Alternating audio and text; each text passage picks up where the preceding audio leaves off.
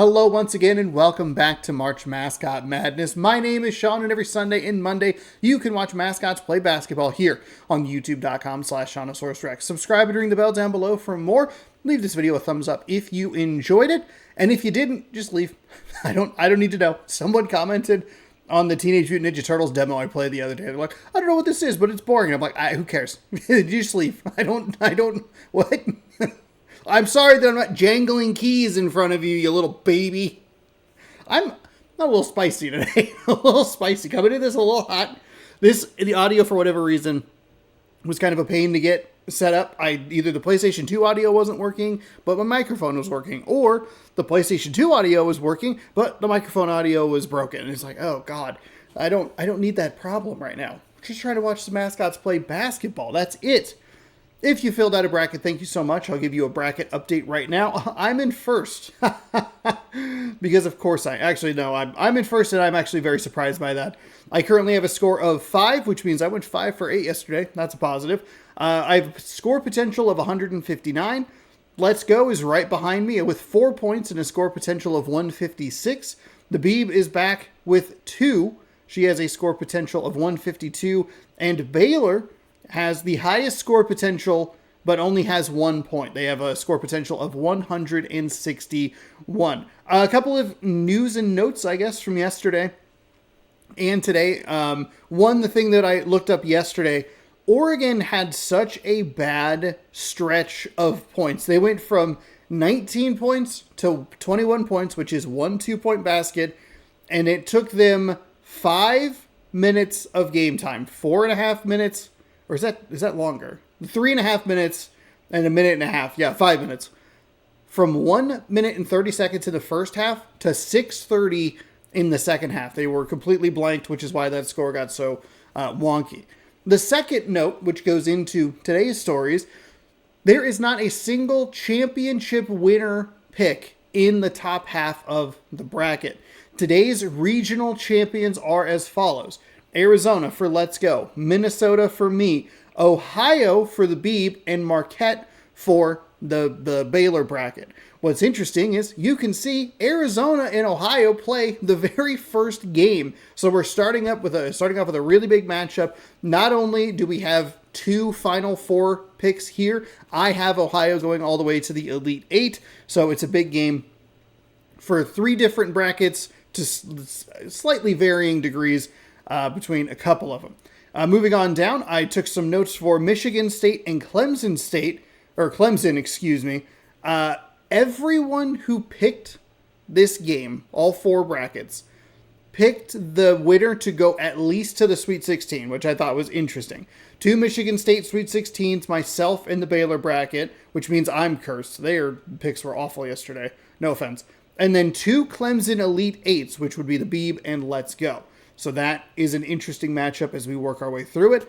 The Oklahoma East Tennessee State game, this one also actually has every winner to the Sweet 16. 1 Oklahoma pick, that's the Let's Go bracket. Everybody else picked East Tennessee State.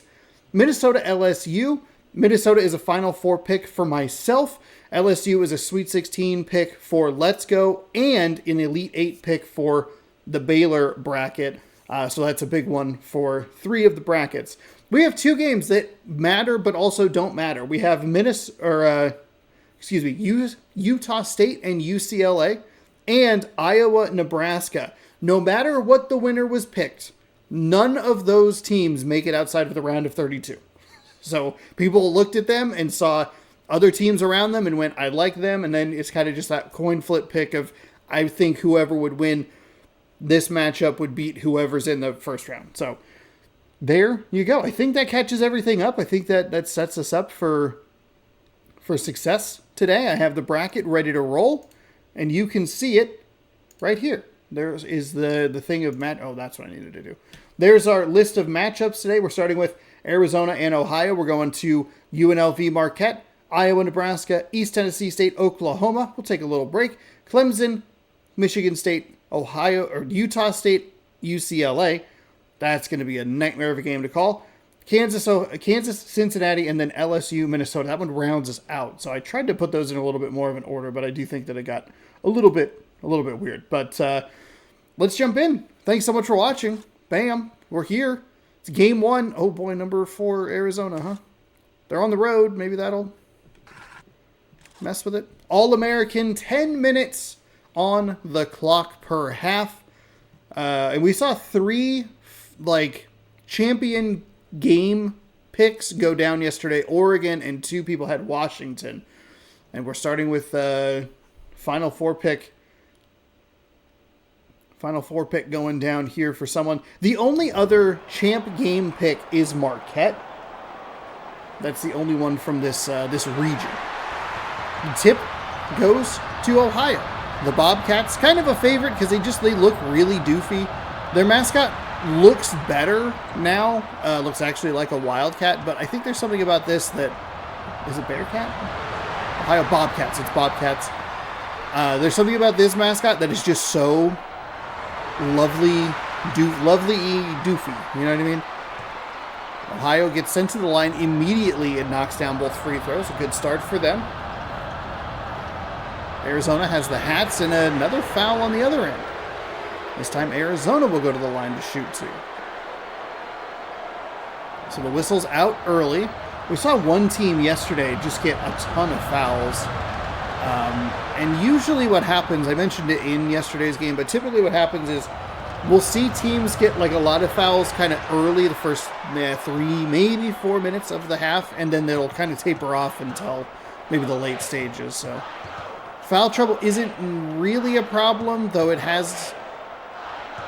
not a problem in the traditional sense, if that makes sense. And there's a big 3 goes down for Ohio. A couple of defenders right in the way.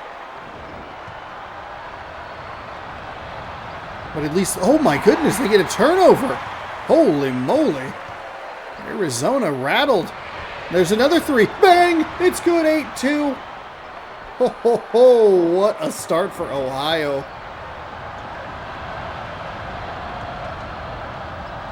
So they are doing kind of the Louisville defense. It's going to be interesting to see. There's another foul, though. Second personal foul on number 33. They will likely take him out. Arizona's, all of their points are from the free throw line, which makes sense because they keep getting fouled. There's the substitution. 2 quick personal fouls in the first minute of the game. And then that's the 4th total foul that we have seen.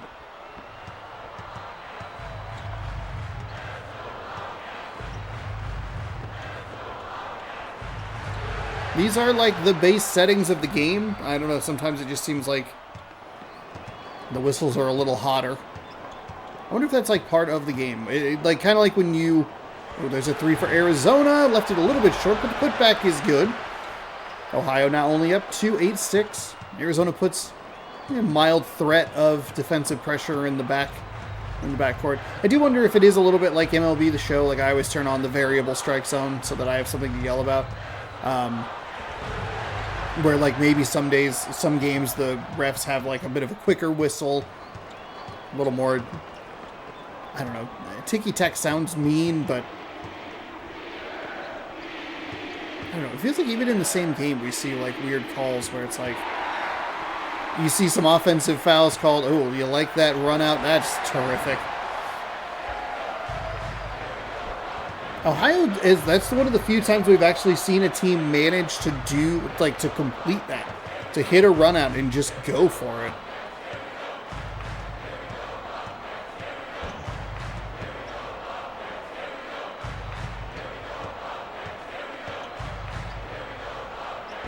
Blocked inside, recovered by Ohio. They slow it down a little bit. 21 kind of froze. Thought maybe they thought they had running mates either way. This is an interesting start to the game. Had a wide open 3, but the defense did a good job to get there and poke it away. It does dive out of bounds, though. Good effort by the Wildcats. Another paw on the ball there. Still out of bounds, so Ohio ball.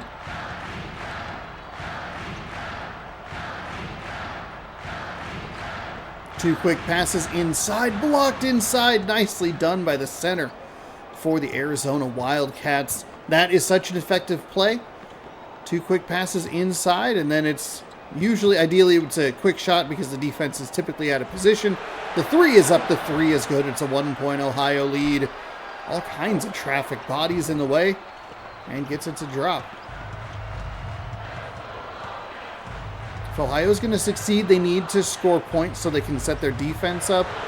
They've already been able to force a turnover from that set. That's what Louisville does so well as well. I think Michigan State runs a similar defense. Arizona on a nice little run here is, I think, 5 straight. Or was it 10-4 and it's 7 straight? Either way, it's a 1-point Arizona lead. Oh, and Ohio is falling apart a little bit. Good aggression by the Wildcats and Bobcat. Oh boy, I didn't realize how much of a nightmare this was going to be. Ohio got off to such a great start, but this is, the Arizona defense is giving you the recipe for how to beat a team like Louisville. I talked about it in yesterday's video, part 1. You cannot allow them to score. They are doing a great job, Arizona is, of forcing turnovers, taking those turnovers and converting them into points, and not giving Ohio the opportunity to set up their defense. There's yet another block. Long range 2 is good. You'll see them put a little pressure in the backcourt, and they immediately go for that trap. There it is. Good aggression, nice little basket, and bing, bang, boom, Ohio 4 in a row. That is the Louisville game plan to a T. Just more annoying because they've won like 4 straight titles. Now Arizona's doing a good job of being good with their passing. Ohio isn't running it quite as aggressively as a team like Louisville does. I believe Michigan State runs a defense that's similar to that as well. Ideally, you would trap them in the corner, force a bad pass. There's a defender lurking near the logo. But that's your recipe. Oh, that's dangerous passes.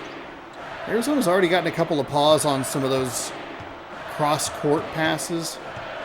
Trying to find a little room, kicks to the corner, gets the defender off his feet. That's a nice little find, bucket, and the foul. And this is good for Ohio as well, right? You get out to a nice lead, you get a couple of steals off of the inbounds passes, and not off the passes themselves. They fall back into traditional defense, but you see Ohio able to make like a couple of points back to back where the Wildcats don't even get it into their own court. Oh boy, that was a generous pass.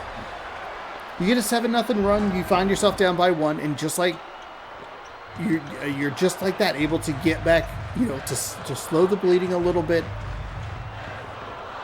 regain the lead, and put yourself in a good position. A lot of thoughts trying to come out all at once. We're caffeinated and over-caffeinated, undersleeping, and he walked it out of bounds. We've seen that, thankfully not too frequently. At least with that one, it was a little more like there was some defensive pressure on the player, but it's a little tough to see. Another foul for Ohio. Feels like they had gone a little bit at least without. Was that 3rd team? Yeah, they had gone a bit without fouling, which is good for them. They took that one center out, and then it was like, oh, there's the problem. So 4:19 to go. I bring up the thing for the about foul trouble because I just don't think that we've really seen a foul out. Maybe it was like in an overtime game, but it takes a lot in just 10-minute halves. That center has now been on the bench for 5 minutes. 18-17 Arizona. Oh, they have a shooter in the corner. There's a big shot. Can't get it to go. I like the play, though. Defense was drawn in. It was a good, clean look. Just a little off, and I'd take that.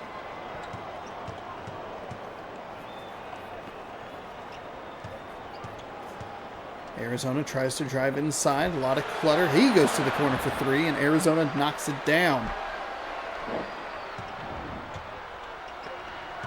3:20 to go here in the first half. been a good one between these two teams.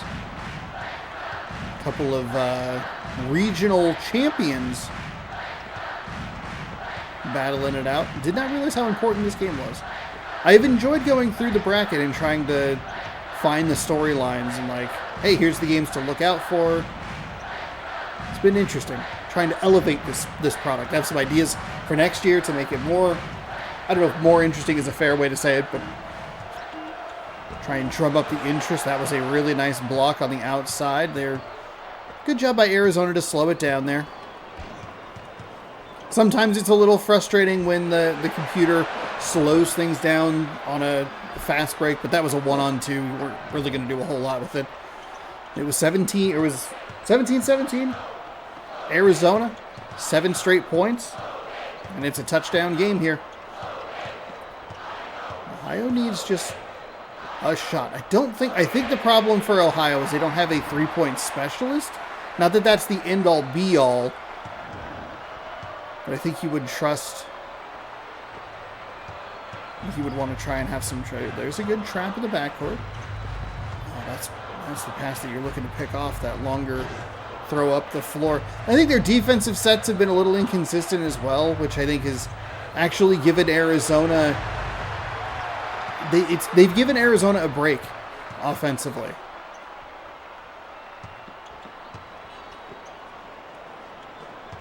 Two quick passes inside, has the positioning, gets the foul, and he'll go to the line for 2. Oh, left it off the front end, or front iron. We can cut it to a 1-possession game here. Ooh, 0 for 2, but an offensive rebound, put back in good. So, not the way you want that result, but I think you'll take 2. 24-22, they shift back to that full court defense, tipped and out of bounds. It'll be Arizona ball, but did get a hand on it. Weirdly aggressive play for the Wildcats. It gets really dicey when you see them huck it halfway or 3/4 down the court. Another foul on the Ohio Bobcats. 4th team foul. I believe the first personal that's not on a center.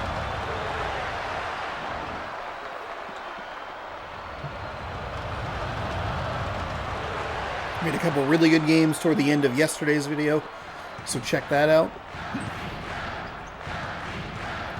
The last 2 games specifically were both terrific.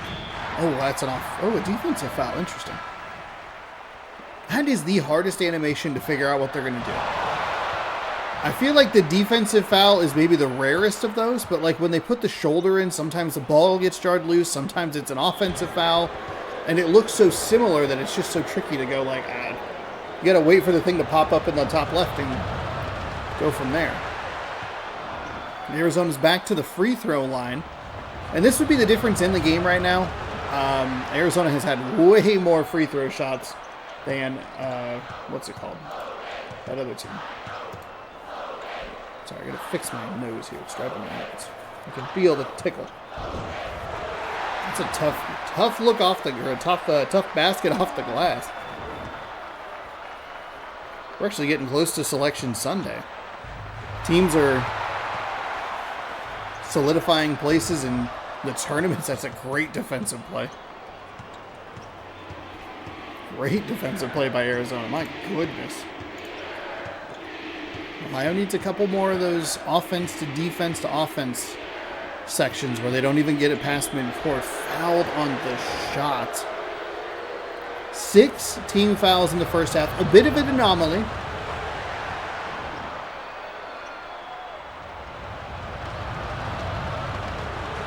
Left it off the front end, or left it off the front iron, I should say. Might be an interesting statistic to look at. We looked at something in the first half in the last video. I can't remember exactly what it was. Tipped and intercepted. Ooh, trying to get the little run out. Oh my goodness. Ohio, that's the second on the shooting guard. Arizona is doing Ohio a favor and not making enough free throws.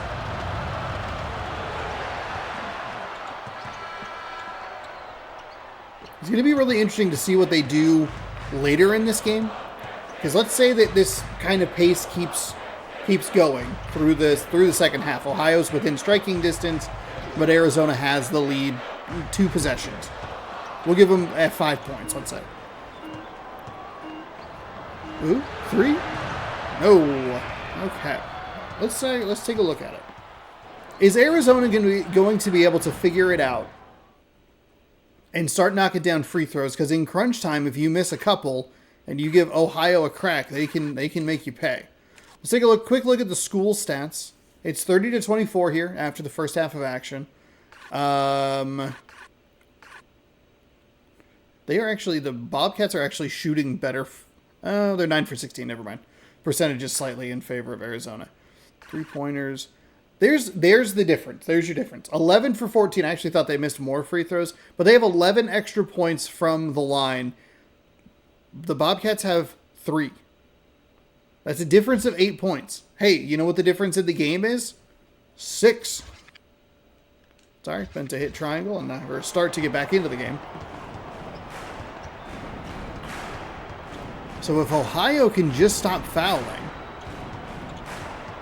or if they can at least slow down the fouling, that's just a nice offensive play. 32-24. 8-point game here. Ohio got off to such a hot start. Out of bounds Ohio ball. That was good. They looked a little dicey because the Bobcat did go diving for it. And it's usually where things get a little wonky, and that's where it gets a little weird as well. Arizona running it out. Off the left iron. No good. Ohio gets rim-jected. Arizona can't put it down. It's a bit of a disaster. Oh, tipped out of bounds. Ohio ball. I thought that might touch the Bobcat on the way out, which would be just a horrible turn of events for the Bobcats. Kick out, blocked, out of bounds. That'll be Ohio ball. Arizona has some length that Ohio's not able to deal with. Driving inside. There's a little mid-range jumper. Get on the board here. Down by 6. I like when they use a little bit of that pressure defense. I wish they were more consistent with it. Tipped, not a backcourt violation. Floater into the corner. Into a double team. Another 3-point specialist drives it into a triple team. One defender went up, and it was not the guy who was right there. That's very weird. 4 for 8 versus 3 for 5, so a couple extra shots, but an extra make.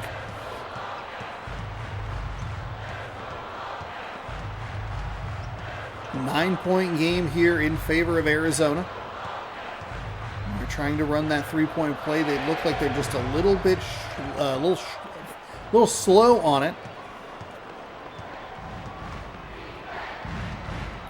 Oh, a couple of times Ohio's been able to knock the ball away, but they can't come up with the turnover. Arizona hasn't been great about that either. Both teams have now shown that they can get some pause on the balls. There's a defensive foul, okay?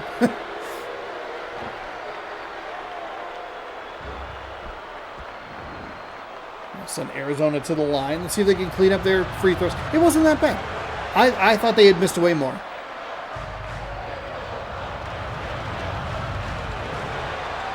But for those of you keeping track at home, it's an 11-point game, and the difference in free throws is like 10. They were 11, that'd be 13. Yeah, I think it's 10 free throws exactly.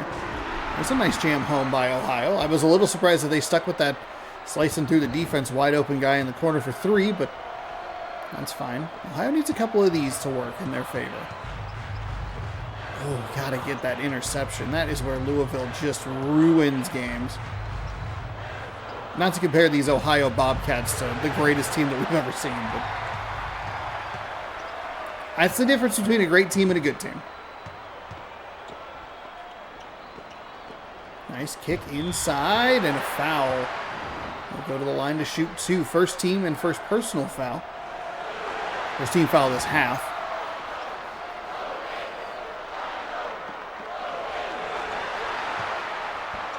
Ohio did miss those 2 free throws that ended up being 2 points anyway, so you could probably look at it as like a 5 or 6 point difference rather than just a straight up 10-point difference. Nice block inside. Got to come away with the ball. I like the push here. And probably a good slowdown as well. Oh, you can't do that. Arizona actually had more turnovers in the first half than Ohio did. Did feel like Ohio was a little looser with the ball, though, and they must not count those turnovers that they slide out of bounds. Maybe they do. They must not, because Ohio felt like they lost the ball a ton. 39-30. Oh, just a little... It's both a little bit slow. The play looks like it's a little slow developing, and one of the screens was like a little too close to the 3-point line, so there wasn't a lot of separation. You need them to crunch down just a little more toward the baseline so that there's more traffic to work through. There's a nice block inside, but Arizona still comes away with the ball. Shot from the free throw line is up, but no good. Good possessions here, Ohio. Plenty of time to work with. Quick passes inside. Foul.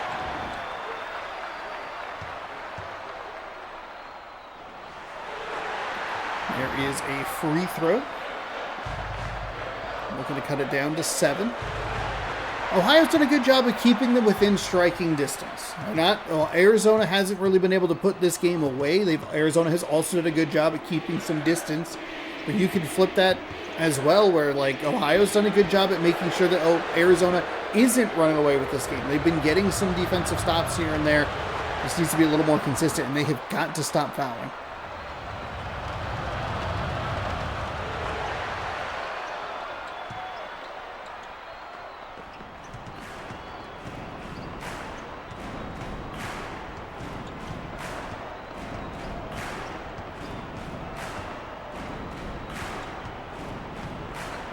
Isn't a lot of room. Arizona's very good on the interior. He lost the ball there. Arizona's going to recover. Well, not recover, but they're going to get the turnover. And that's a similar animation that we've seen where it's a defensive foul, it's offensive foul. In that case, it's just a straight up turnover.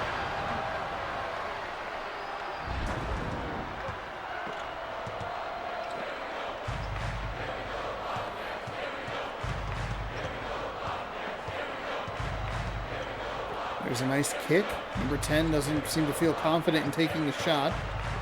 Ohio needs maybe just I don't know what you would need.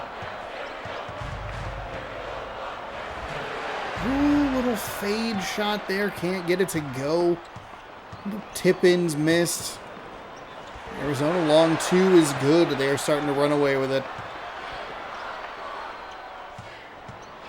13-point game. And that's out of bounds. I don't want to blame the refs. I guess it was Ohio ball, so that's a positive. There you go. Kick it back to the 3-point.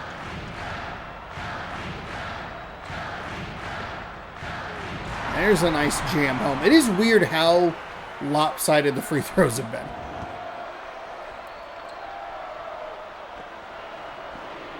Throw it way up the floor. That's what happens if you break that defense. Try to get the pass to be a little more errant, but instead it was right where it needed to be, and nobody was going to be able to get to that ball. Quick passes inside, spin move, blocked out of bounds. Ohio ball.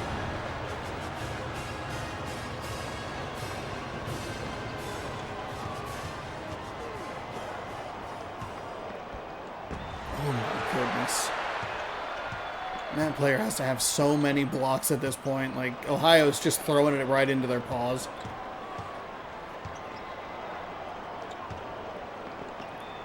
Nice kick to the outside. The 3 is good, though. 2 defenders in his face. We see players miss way more open shots than that, and you're kind of like, uh-huh. And then you see them make that, and you give that same, like, uh-huh. What? Oh, my goodness. Out of bounds, Arizona ball. Where's the whistle, ref? You've called so many fouls on plays that look very similar to that on the other end of the floor. Ohio has done a better job of minimizing the fouling here. I was going to try and, give some good news and throw it in there of like, hey, Arizona or Ohio, if they can go on a little bit of a run here. But they started with that fuller court, more pressured defense, and they were able to get some turnovers off of it. They just weren't consistent with using it. There's a nice block inside. I mean, you have to make up 7 points here in about a minute and a half, maybe, and I just don't think that's going to be possible for this team. There's a 3. There's a nice shot. Okay. 50-37. So it's 50-34-ish with, 34 with 3-ish minutes left. They're pestering in the backcourt, but they just can't get to the ball. It feels easy to get through. More of an inconvenience than an actual, threat. The Bobcat was calling for it. Just way too late on that. Kick it to the corner. 21? No. There's a lot of traffic in the middle of the floor. Hook shot. Can't get the offensive rebound. I think you got to try and get a bounce pass there. Something. I think that was probably realistically their last chance to do anything. That possession took way too long, and then you get the bank shot on the other end. But you just... Yeah, Ohio was... Oof. Even that's a bad thing. You kick it to the corner. He's been wide open for 10 seconds now. In between a couple of defenders. They can't get the offensive rebound. We are unfortunately starting off with a bit of a lopsided victory here, which you hate to see.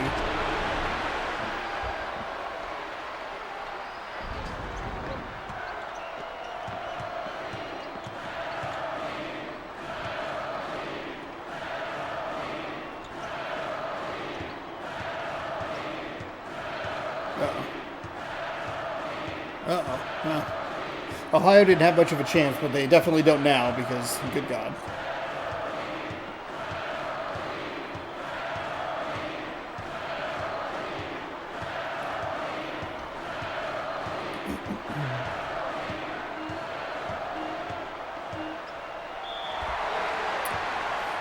Foul on the shot. We thankfully did not see very many of those glitches yesterday, and thankfully for us, we've seen 2 of them, and it's been in a game that's a little more in hand by one of the teams, so it doesn't feel like it affects the overall result of who wins or who loses. Ohio also misses both free throws on that one. 54-37 here.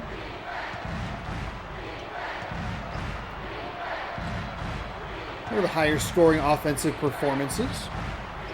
You imagine they would try to be a little more aggressive and try and get some more points if it was a closer game. 59, still the high point, and that's not even including the game that went to overtime yesterday. North Carolina still holds it at 59 points. It's looking like it's going to be a 54-37 victory. We can add a couple on if they hit something. It was good in the early going, but, I mean, the length of Arizona, they had so many blocks in this game. A large deficit in the free throws as well. Really doomed the Ohio Bobcats. One last 3, and it is no good. So 54-37. Let's take a look at a couple of statistics here, just because I think they're kind of interesting.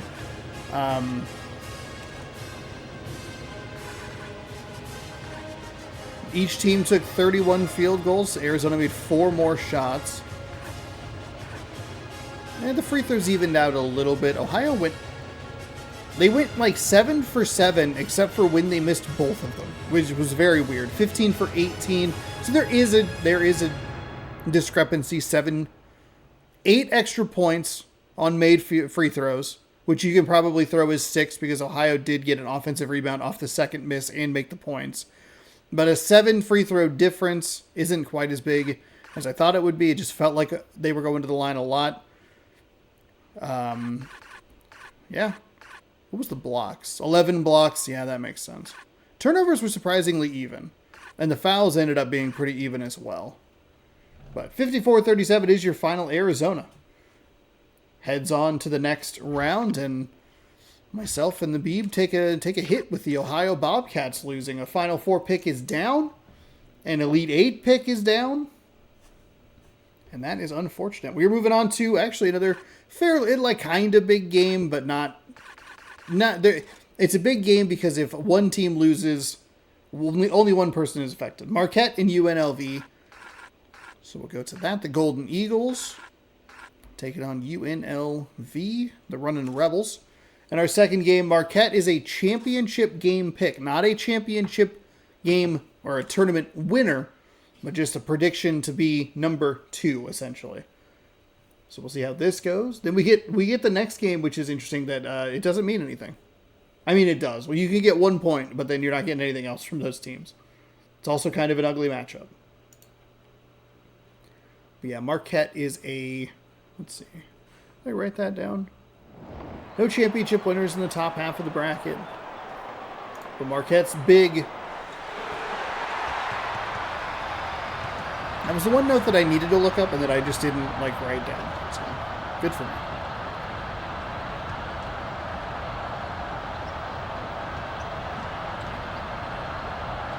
So UNLV, the Running Rebels, or the Santa Clauses here, get on the board first.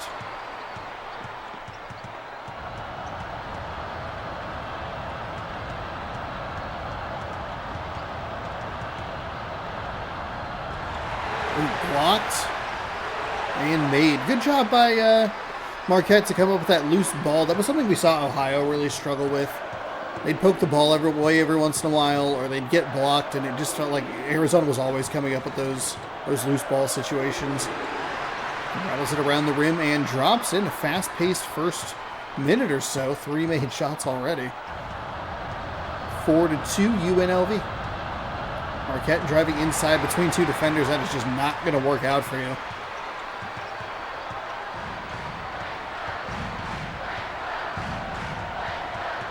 Screen.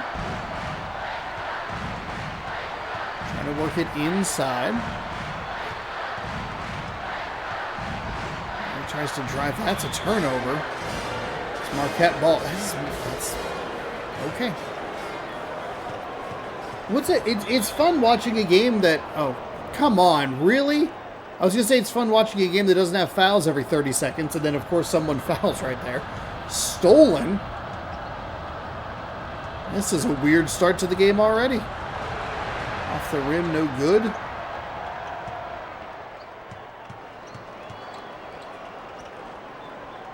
See if Marquette wants to slow things down here. Tries to get to the center. Nice bounce pass back outside. 34 looking for it. Fouled on the way up. And that's the center's second foul in a very short time span. It's going to put Marquette on the line for 2. And he will likely be subbed out.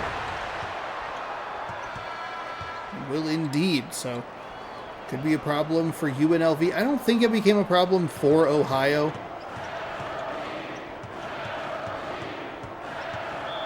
That's a backcourt violation. All right. This is a weird game already. Oh, man, Marquette is really trying to get that free throw line shot to go, but I think they've been blocked twice, fouled once on it as we see a big old jam. Grabbing his jingle bells as he goes one-handed slam.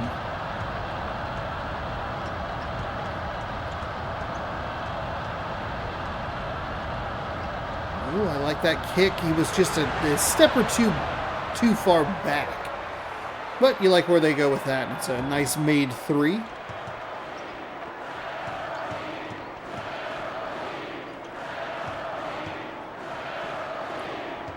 Bounce pass inside. Fights through a little bit of contact. UNLV's doing a really nice job on the interior here. Marquette just does not have an answer for it. They're getting easy baskets. And Marquette keeps trying to shoot so they have a 3-pointer and 2 free throws from the line.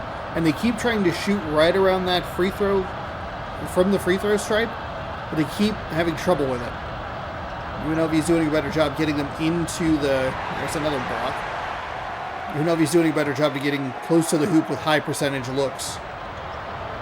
Ball did not touch the rim, so the shot clock obviously doesn't reset. Maybe not obviously. Maybe you just aren't a big sports person. Good gravy.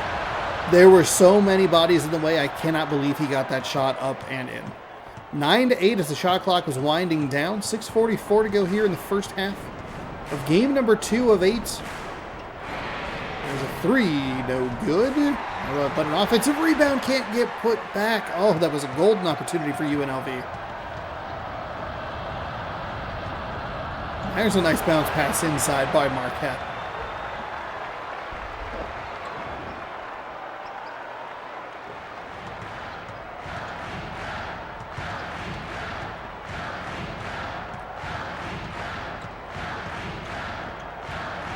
There's a 3 for UNLV, a little bit short, but I like what they're doing. They're establishing some range. They are trying. They want that mid to deep 2, mid-range to deep range 2, and it is just not working. There's a 3 for UNLV. They are 0 for 3, and I think all of them have come from that like kind of general area, a general wedge of the floor. That's a step inside the 2-point line, or the 3-point line, excuse me, and that's a 2. I can't imagine that would be a 3. Even with the funky feet, I don't think that that's a 3. Of course, we saw that yesterday in what ended up being like a big game decider. Wow, there's the 3. You know what? Just keep firing. I love it. UNLV has shown that they've been able to get a couple offensive rebounds. Just keep running the play. Eventually, something will drop, and they finally get it to go. 13-11 here.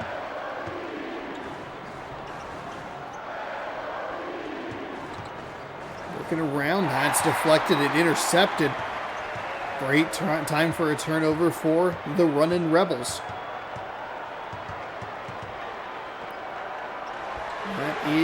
That's just a 2, step on the line. And it is 13 all. Nice little 5-0 run for UNLV. UNLV R&R. The running Rebel Superstore. Does R&R RV exist outside of the Northwest? R&R RV, the RV Superstore. I love seeing local ads.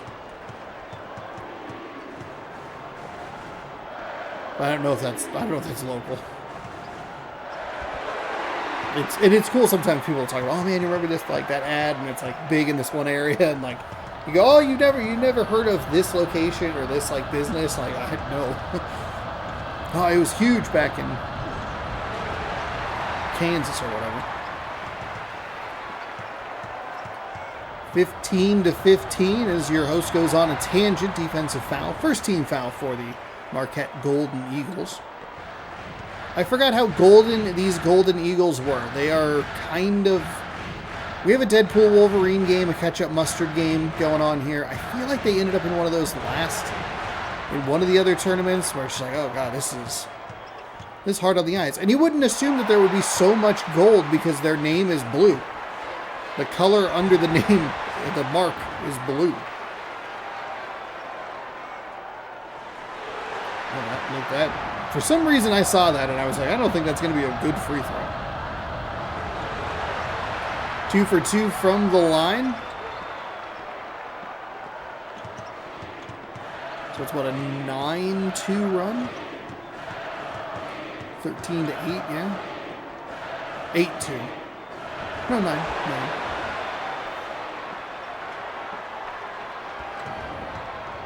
Nice response by Marquette. They're doing a better job trying to create some space, give them shooters some separation, and that's just a nice play right at the basket. Bounce pass inside.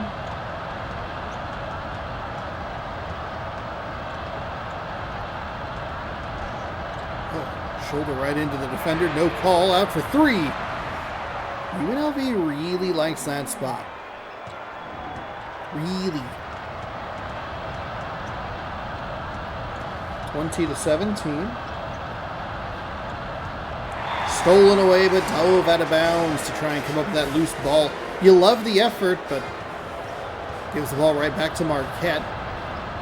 See if they can find a three-pointer maybe. Oh, a little shuffle step there for the long two.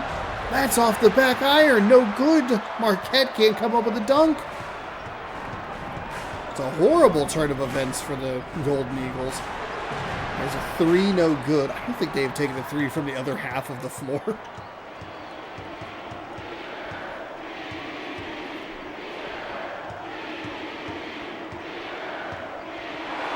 Stolen away. Nice job by number 1 there to pick off the ball. And a good job by number 10 to slow things down a little bit. High off the glass, no good. Working it back the other way.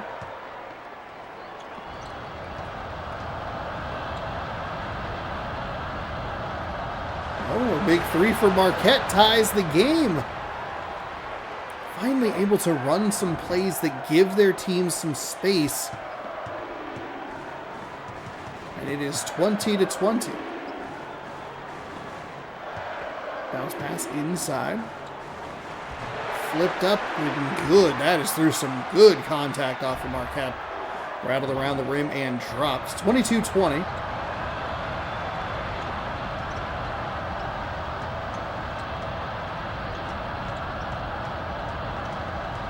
Marquette working with kind of a dangerous portion of the court. We see it so often that teams like working back and forth by the midcourt line, getting those backcourt violations.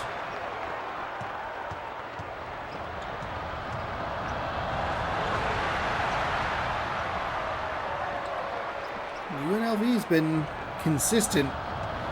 They were down 5, now they're up 4.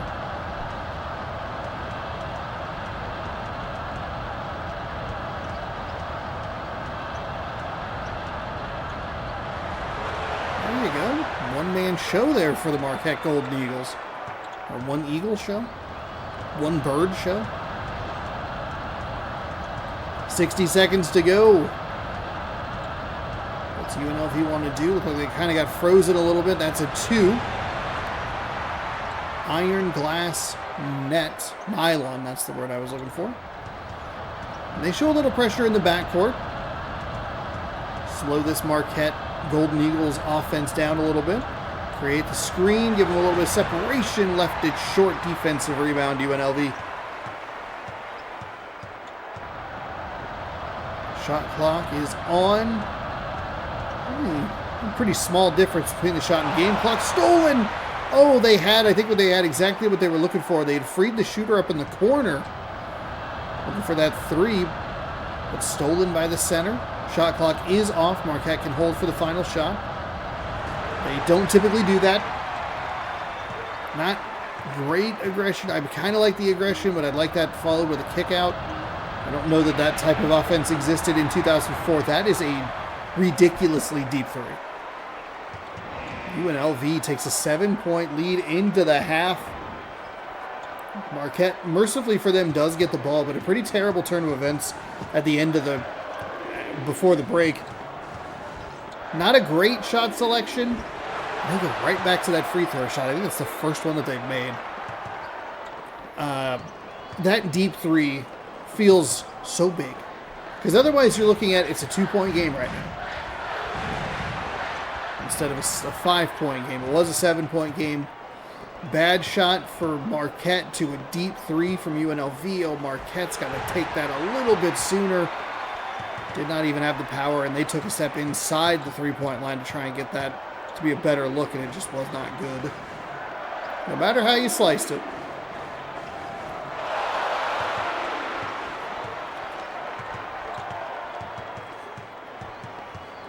(29-24). There's the UNLV wedge of the three-point line. Marquette can't get it to go. This court lighting is very weird, by the way. I don't know if this has been here the entire time. But it feels so bright in the middle and so shadowed in the corners. Like we have one light. We have the budget for one light. Maybe it's a visual thing for the game. It's like, oh, hey, here, let's clearly show the three-point line fouled on the way up to the basket. UNLV has a couple of looks at it, and they'll get to take their shots from the line. First one's missed. It's a one-possession game here. And they go 0 for 2. Best case scenario for Marquette. They had multiple looks at it, got fouled, and then 0 for 2 from the charity stripe. Marquette's got to get that ball away. It should be tipped. It is Marquette ball. Last tipped or last touched by UNLV. That is last touched by UNLV. It's a little dicey when you see the team going, no, don't touch it. Oh, finally stolen. UNLV had their hands all over. They saw exactly what Marquette wanted to do there, and they were in the passing lanes in a consistent manner. They turned defense into offense and pushed this lead out to 5. This one guy is being a pest. No passing, no help. There's a really nice feed. I've seen less and less of that as the tournament has gone on. I forget exactly which game it was. Let me scroll up here and see if it'll click in my head. It doesn't. We saw that bounce pass to an open foul and the bucket. That bounce pass to an open player in the paint be so effective in yesterday's video or in some of yesterday's games, and it just hasn't been used as of late. 6-point lead for UNLV.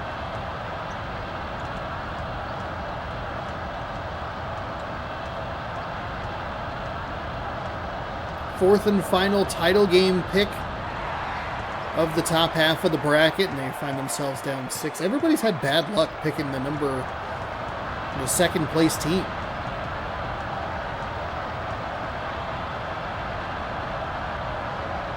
Washington and Oregon were popular picks. Washington surprisingly popular, but Washington and Oregon both got spanked. Marquette's looked the best of that group, but they're still down by 8. And they haven't looked great. It'll be interesting to see if whoever wins this game can get past Arizona, who looked rather dominant in their victory.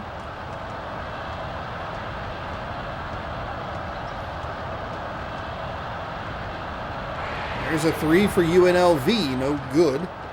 Good news for the Golden Eagles, who worked their way up the floor.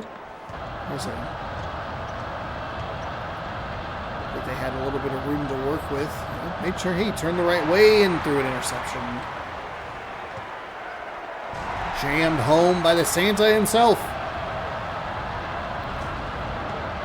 That is a thing that we need to be crediting UNLV with a little bit more, is just looking at what they're doing, and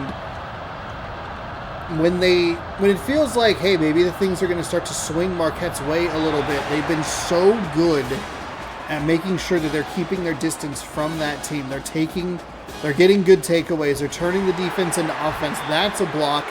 They just knocked it out of bounds. They finally get a foul called on them. But it is taking so much effort for Marquette to just even be competitive in this game.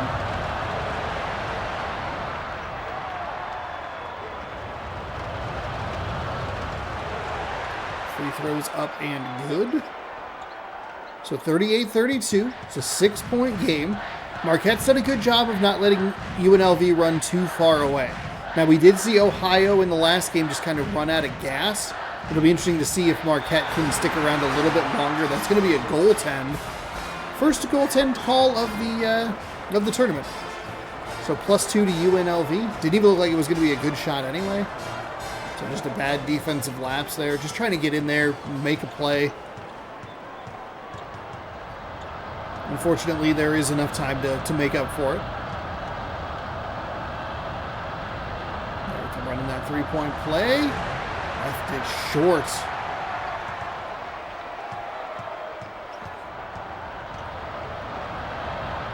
Difference for UNLV in this game has been the blocks. On one inside, flip shot up and good. And just as I said, do they have enough to keep? Do they have enough to stay in this game? Start falling behind a little further. There's a nice bounce pass inside. They'll go to the line to shoot 2. I mean, that's what you're looking for. You just need it a little bit sooner. Maybe just a second sooner. Try and get that bounce pass so that The one defender had his back turned. It was going to be difficult for him to make a play, but the other one had that extra moment of time to read what the offense was doing and be able to react to it. Affected the shot. They did draw a foul, but they only go 1 for 2 from the line. 9-point game.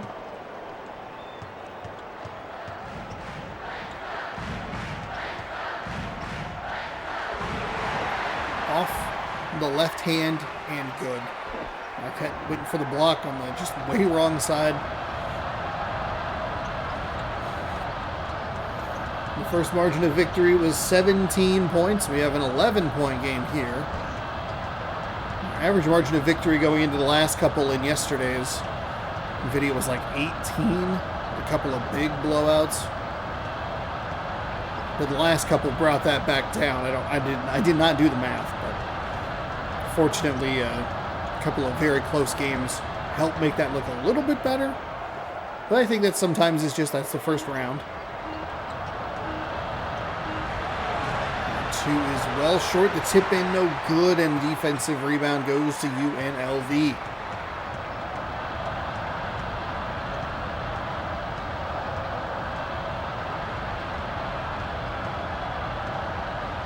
So the Baylor bracket was the only person that picked the winner of this game to go very far, and they picked them all the way to the championship game. So it's kind of good news for the rest of us.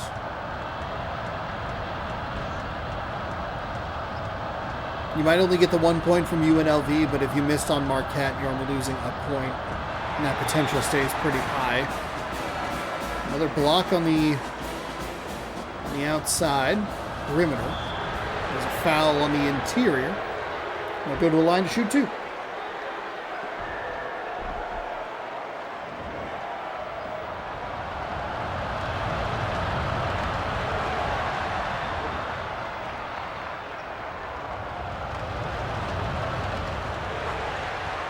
Free throws are up and good. Marquette is not out of this game. I don't mean to paint the picture like, well, UNLV's got this done and dusted. It's Marquette has a shot. They're just not doing a great job at being consistent. Dumb plays like that definitely help their case. I mean, if Marquette wins, we have a really good matchup between Arizona and Marquette in the round of 32. So that, as a commentator, you want to root for that. The storyline is blocked on the outside again. Good job by Marquette. They did a good job defensively there. They still give up the 3-point shot. It's no good. Defensive rebound. But if you're Marquette, you have to be able to take advantage of those mistakes. Even if it's just a 2-pointer. It's a good-looking 2. That works. That helps. That gets you back in the game. Instead, you're getting blocked all over the place.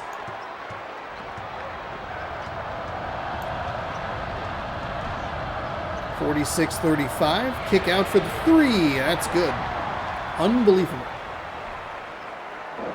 We see some of the most contested shots that look like the cleanest shots you've ever seen. And some of the most open shots are just bricked in a way where you do that head tilt, you go, huh? You tilt your head to the left or to the right. I'm thinking about it too much. But if someone tells you something where you just go like, what? I think I'm a right. Left doesn't feel supernatural. I'm sure I'm a right side head tilter.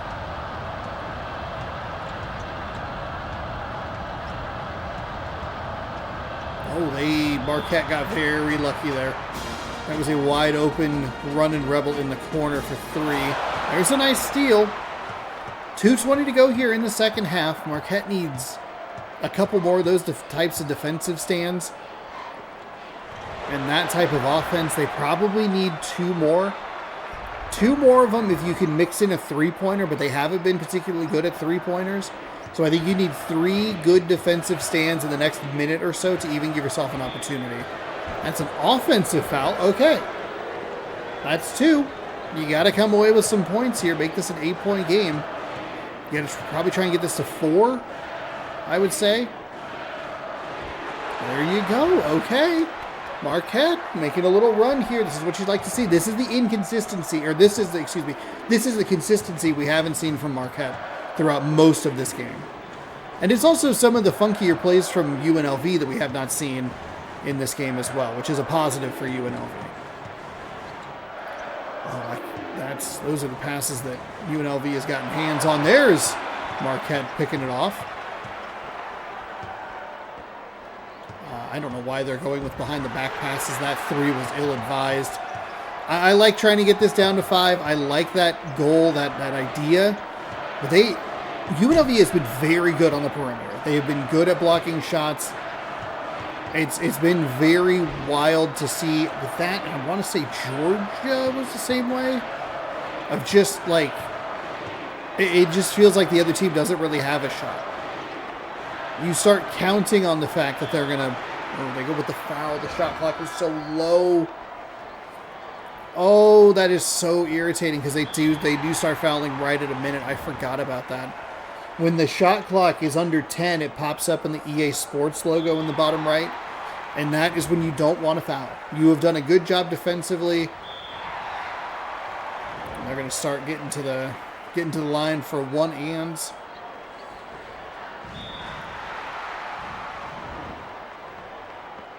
Not over. But Marquette really needed a basket on the previous possession and then to not foul. 2 shots up and good. 10-point lead here for UNLV. Marquette at least did a good job to make it interesting. A couple real good defensive possessions. You throw in that bonehead play by UNLV. You gotta come up with points on every one of those possessions, and I don't think they did that. I think they were only 1 for 3 in that scenario. Maybe they were 2 for 3. Oh, God, stop shooting on the perimeter. You are doing nothing. They throw an interception immediately. This one is over. So we lose another title game pick. And I guess technically not over. I thought those free throws would both go in. Wow. 51-41. We have it typed in, but we haven't submitted, obviously.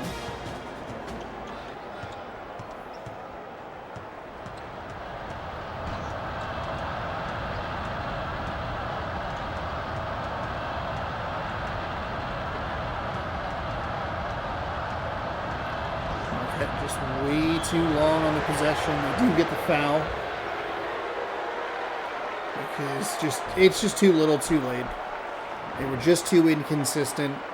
Way too many blocks, especially on the outside. 5 team fouls here in the second half. 42. And 43. Some 8-point deficit. 25.8. It's going to be real tough. You got to get the... Actually, not even really going to try with the fouls. Okay. And we'll just let this one roll. I'm trying to get a steal.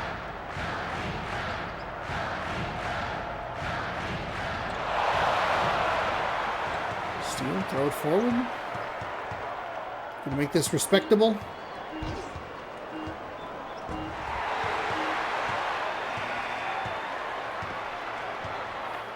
How many blocks did UNLV have?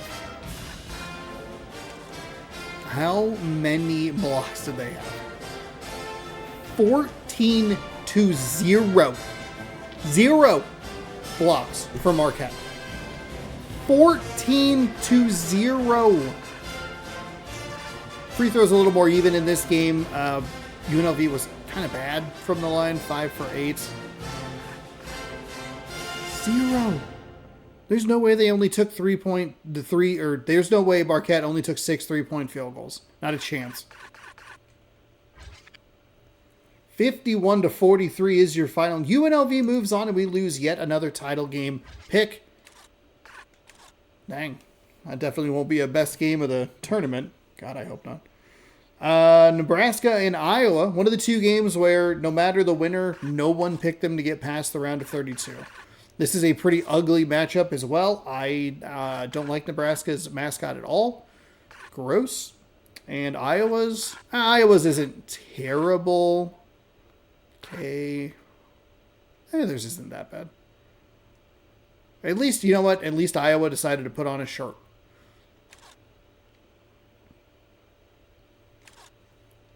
Going to Hawkeye Arena for game number 3 of the day. We'll get you caught up on bracket situations after game number 4 and at the end of the video.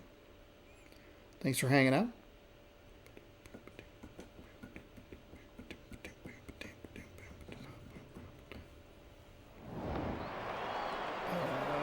Okay, cool. I love when my phone is like, oh, you've tried to unlock me. I'd like to give you all the notifications at once.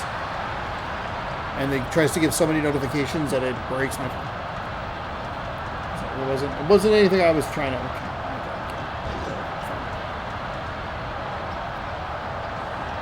God, I hate Little Red so much. There's no way I picked them to win this game.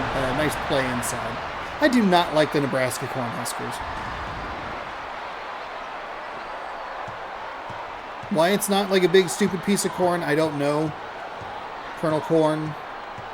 Is that who it is in defensive foul? Garden Warfare 2. Plants vs. Zombies, Garden Warfare. Colonel Corn. Something like that. It must be Colonel Corn, because Corn Kernels or whatever. It doesn't matter. Iowa gets a nice shot there.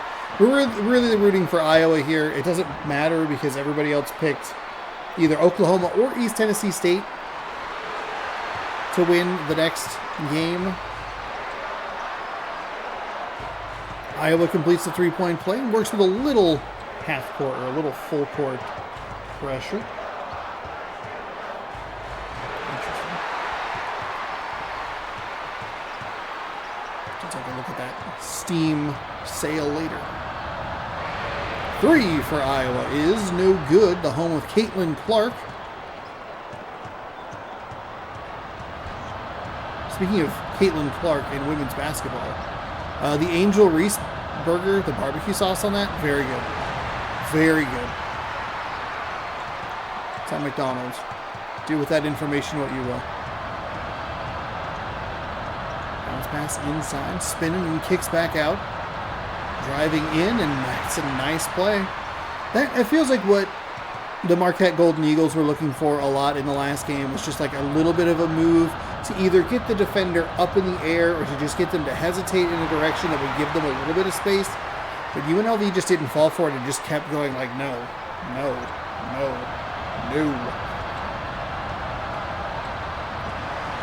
Okay, that's a little more what we were looking at. There's the 3. Rattles around and no good. Bit of a slow start for both teams. Iowa gets the three-point play with a foul earlier. Nebraska had like an okay start, but they've been bad over the last minute or two. Trying to drive inside through some traffic. Got multiple opportunities on that and just could not come up with it. Oh, Iowa wide open for 3. Got it. 8-2. We've seen this score before. Ohio.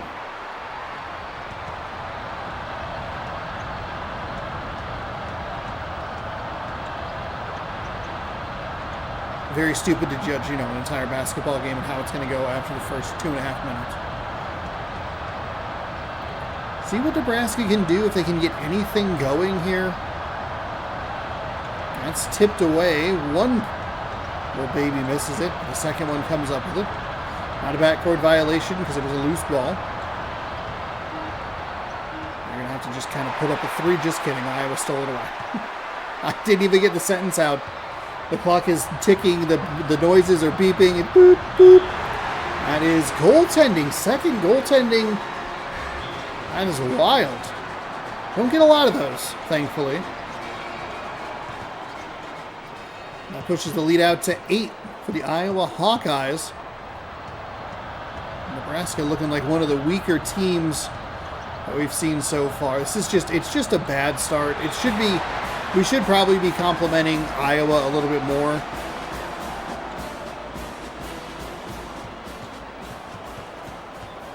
That was an out of bounds play, by the way. That then somehow went to Iowa. There were 2 Hawkeyes standing.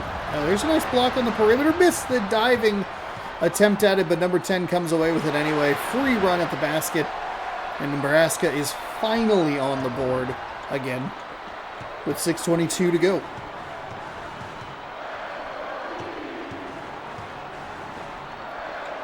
That's a Nice opportunity for the bounce pass. That's the play I've been talking about, or I was talking about in the last game. The bounce pass to an open player in the paint usually leads to some pretty easy buckets. In that case, it's just a good defensive play by Nebraska. It's well run by Iowa. The timing seemed pretty good. Nebraska just had a better response to it. Stayed in bounds. That would have been a huge swing. A huge swing. Poked the ball away, slid. Normally those go out of bounds. It stayed in bounds. There's a shooter open in the corner. I moved around. Moved away. Bounced. Picked up by 44. Nebraska gets back into the play. There were a couple of defenders, and Iowa started to cool down as well. Nebraska just hasn't been able to heat up enough to close this gap at all. Good for me, because I don't ever want to see this mascot again. It's kind of like just ugly enough that you need to use it for, like, hey, look at this stupid thing. Because the weird thing is, like, the Cornhusker mascot's like a kind of in the Michigan State vein of, like, it's a human, sure, but it is mascot like felt, and it has like ripped abs and like a shirt that it doesn't button up all the way, and I'm like, this is what we're given? The one that they put in like the weird plastic of like a bounce house so that someone on the inside can make it look like he's jumping on his head? Where's the ripped beefcake?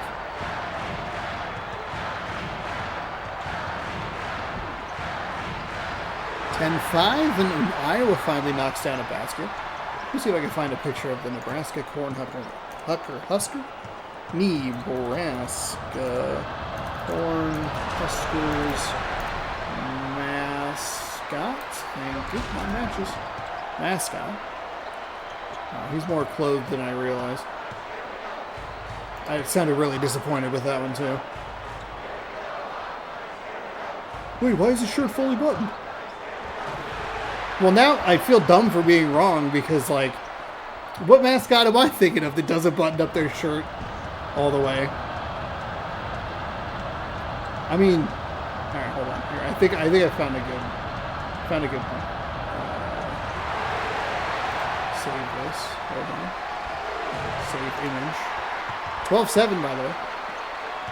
We'll save this in a nighttime fun. Iowa, nice offensive rebound, gets the putback, and it's 14-7. Neeb mascot. Okay, so we'll get rid of that window. I mean, paint me like one of your French mascots, you know what I mean? Hold on. Here, we want this.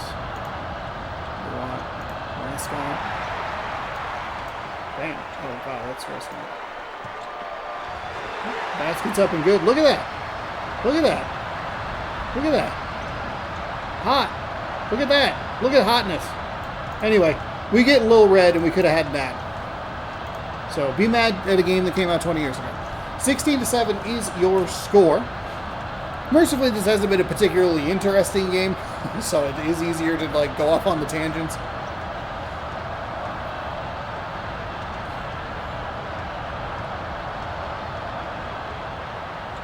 Seven points would absolutely put you in one of the lowest echelons of points that have ever been scored in the first half. And I think it is important to differentiate first half from second half, especially, I'm sure there's been some bad second halves, but especially for the leading team, it's important to not talk about the second half, because if a team wins, they get a lot of free throws toward the end of the game sometimes. But 7.5 is... Whew, whew. Thankfully, nobody picked anybody past this round. That is yet another steal. No, but they stepped out of bounds. Okay. It's a good break for Nebraska. Good job defensively. Force him to the sideline. Maybe use that sideline as an extra defender.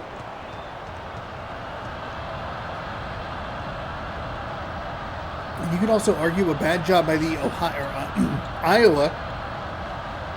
The Iowa teammates just didn't come over to help.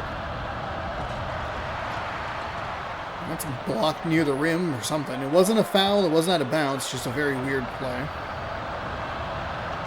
A lot of clutter in the paint. Number 3. There's a 3 for Iowa. That looked bad off the hand. It was way right the whole time.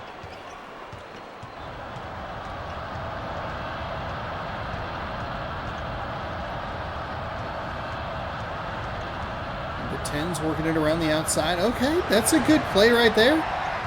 I like that. They pulled the defender away. They got a bit of a good matchup for them. And it's a pretty decent look at a three-pointer. That's a terrible offensive play and a good defensive play. Nebraska needs to make something with this possession, though. Just try and cut into it a little bit. Get a little bit of rhythm. Get a little momentum going into the half. Make an adjustment or two. See if you can come out at the start of the set. I think they might have actually had the ball first as the mid-range jumper drops. 18-9. This is one of those interesting games, too, where I think it was the Georgia game that we watched yesterday where it's like, well, this team doesn't look good, but they are kicking the other team's butt really convincingly. That makes you think it looks good, but then you have to go like, oh man, this other team sucks too. And it's just two teams that look bad. I think that Georgia, the Georgia Iowa State game is going to be very interesting.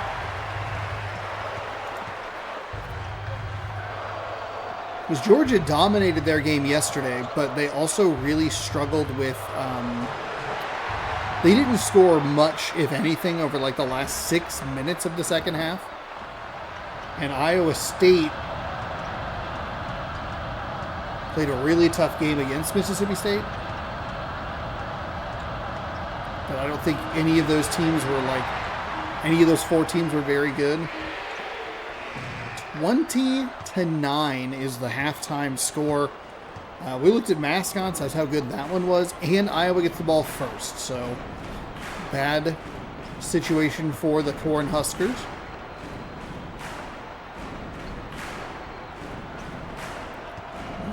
Thought about the 3, but elected not to go for it. 42 is working it around.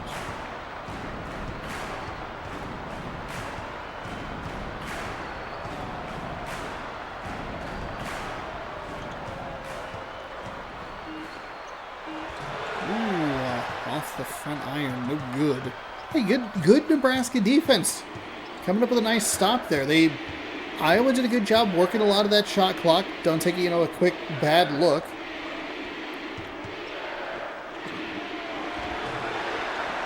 Unless there's some kind of typo, I should look and see what the lowest scoring winner is.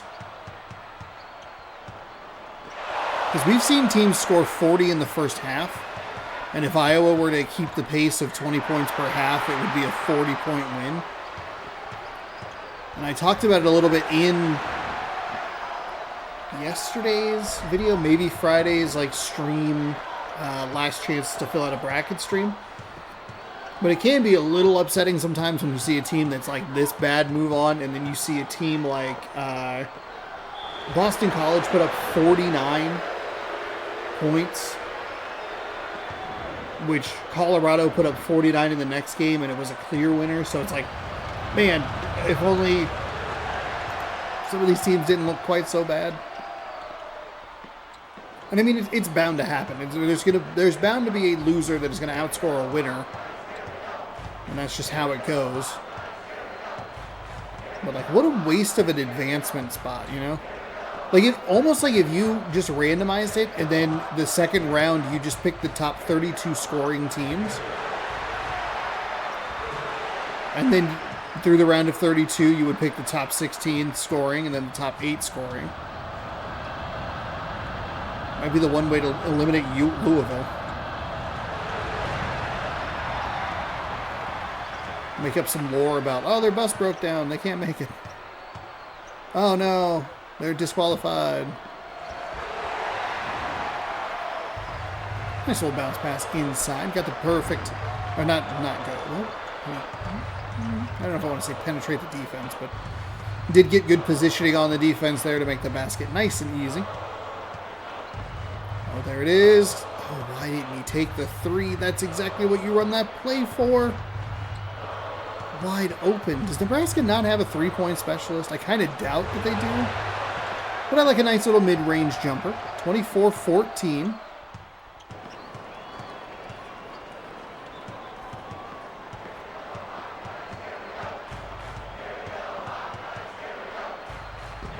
That's blocked out of the three-point line. 15. Looking for a run at the basket. Oh, wow. What a break for Nebraska. They don't get the offensive or defensive foul, which is a positive. 7 for 19, yikes. But they get the loose ball animation out of that, like contact between like a one-on-one offensive defensive player. And they get the ball to bounce their way. Good job trailing the play by the Nebraska Cornhusker player. They were in good position to get the loose ball to put the bucket up. They are still down 10, so they need a couple of defensive possessions in a row here to start cutting into this lead. It's not quite as dire as you would look at with a Marquette, as they were starting to really trail UNLV, but you got to make that a little more consistently like a 6 to 8 point swing rather than an 8 to 10 point swing. It's a nice little shot. Surprised they got over both defenders.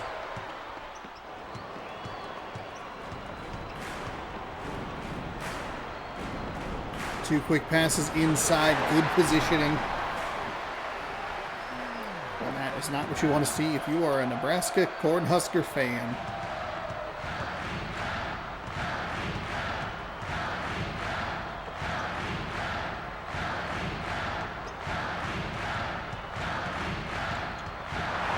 Oh, stolen. Absolutely stolen. Quick passes inside, fadeaway 2, and that drops. They're a tick ahead of scoring just 20 points per half. They might score a whole 22 points this half. A 42-point winner. They played a Nebraska team that just seems confused about what they're doing.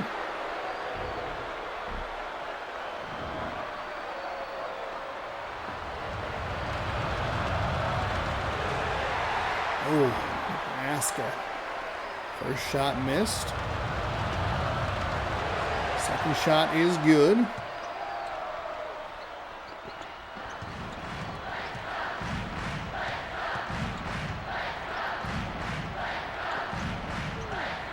So 11 points. Hook shot, no good. Tip in, no good. Rebound, Nebraska.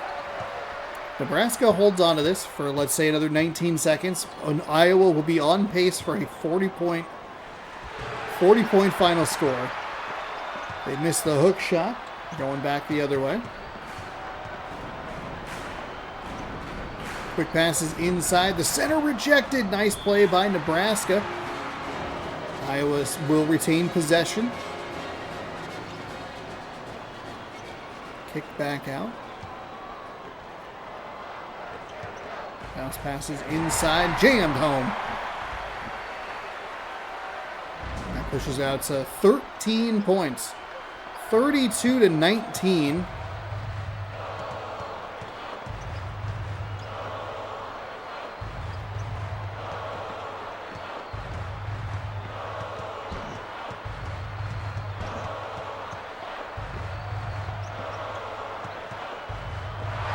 Oh, an interception.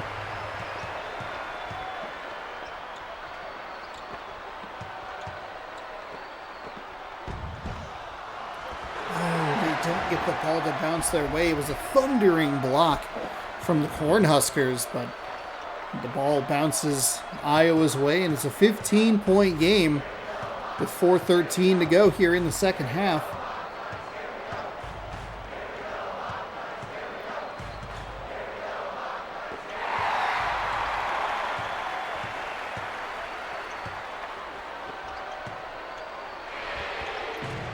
Three, no good.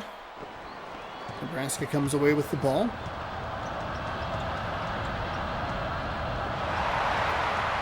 Man, if you could just get like a little bit of a run.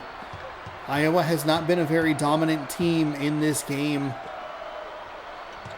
Put some pressure on them. Nebraska's shown little spurts, little glints and glimmers of, like, I don't know, competency, I guess. Blocked and intercepted. Thrown forward. See, that's the problem. It's Nebraska makes a really good play on the defensive side of the ball, and on the other side, there's a good defensive play right there. They don't get the ball to bounce their way. That's fine. It's going to happen. Whatever. But they've had a couple of good possessions in a row defensively, and then they just throw it away on the other side of the ball. It is hard for me to envision either of these teams winning. Granted, it's going to be Nebraska. I think it's going to be interesting to see who wins between East Tennessee State and Oklahoma in the next game. I think Arizona has a very clear path to the round or the Sweet 16. UNLV was okay. I mean, granted, UNLV did score 51 points, but Arizona looked real good. But it's hard for me to believe. I mean, unless one of those teams just comes out and lays an absolute egg. Like, what is the losing team gonna... The losing team... Marquette scored 43 points. Iowa has 38 right now.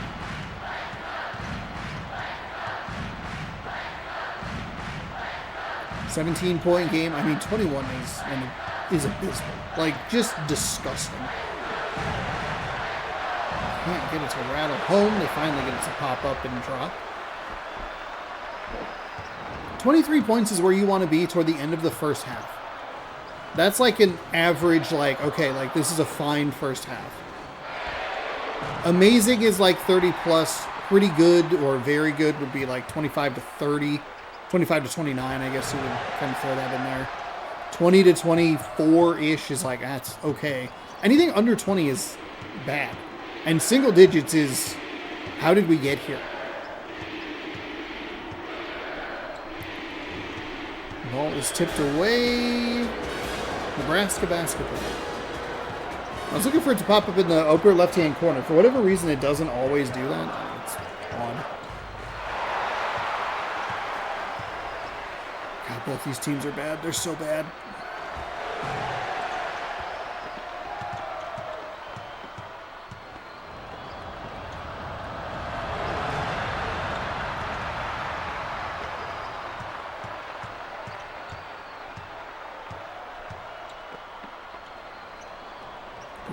To 23.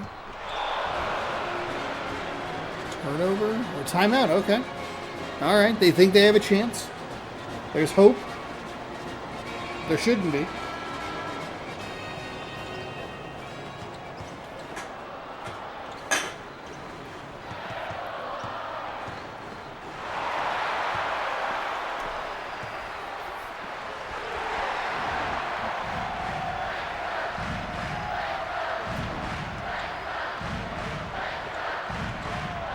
Iowa is right at 40. If they don't score another point, they will have averaged. They will literally score 20 points per half. Nebraska did outscore their first half output. It wasn't hard to beat that. But 9 is really, really bad.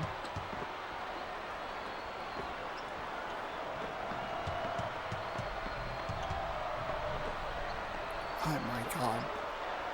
There is an elephant just walking down the stairs out there. I understand that the stairs are technically attached to the wall that is behind my setup. I get that. But also at the same time, like, just you don't have to put every pound of force behind every step in the wall. And I say that as a person who is routinely qualified / accused of being a heavy stepper. 40 to 23. I have not pulled up the final thing here. Let's do that. 23, 40. I don't even care. It'll be accurate. 40 to 23 is your final. And I'd like to apologize. That was awful. That was an abysmal game. Everyone was smart, regardless of what the final score of your bracket is.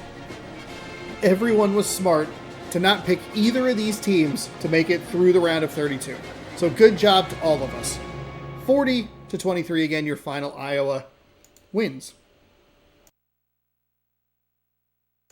All right.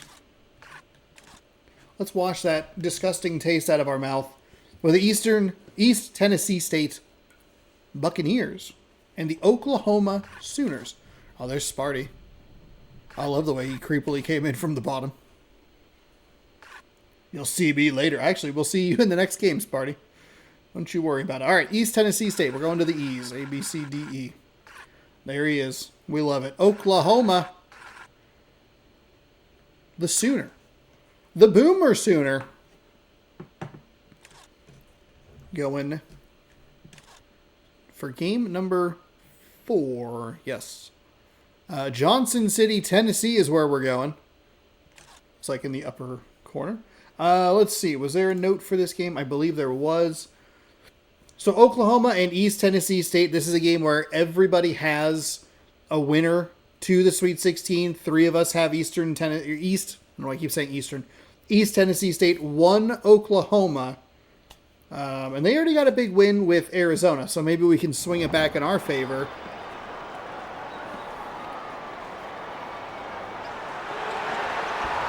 As the Bucks win, I believe we've been to this stadium before. I should actually double check that. Make sure that we've been to every collegiate stadium, every applicable collegiate stadium for Mascot Madness. But the Bucks get on the board quickly, 2-0.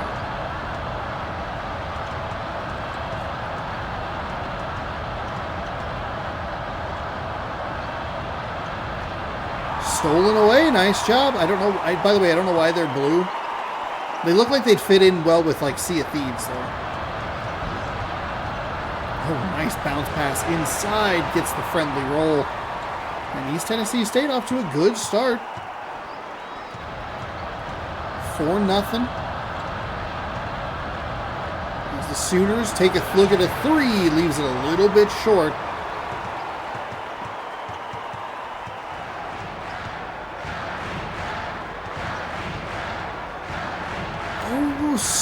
Wiped away. It's a great job. It's a bad dive by the Buccaneer, but a good dive by the Sooner to get on top of it. It's a Sooner, I think is what it's called. The big wagon thing. Schooner. That thing's crashed a couple of times. Left indents in the field. Talked about that when talking about Texas and Bevo and Run Ralphie Run with Colorado. Like, hey, there's big animals, big wild animals on a football field. Do we need that? Probably not. Is it fun? Yeah, kind of.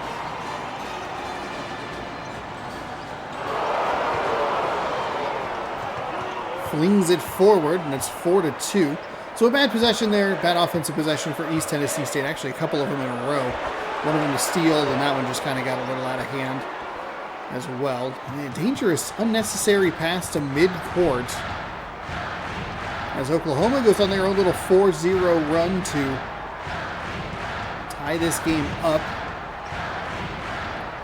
Try and kick it back. There you go. East Tennessee State working pretty deep into the shot clock. Little handoff back the other way. Fouled on the shot. I think it's just for 2. We did not hear the crowd say 3. Leaves the front end short. And it is definitely a 2 because we get this camera angle. So 5-4. That was a dangerous pass backward, by the way. The Sooner was right on the baseline, it looked like. Freeing up a 3-point shooter, but the center, really nice job reading that. I don't think you really want to see the specialist down that far in the corner on that play. Nice pump fake. Love the little mid-range take. They didn't get the shot, but I like what they did there. You get the defender off their feet, take a step inside.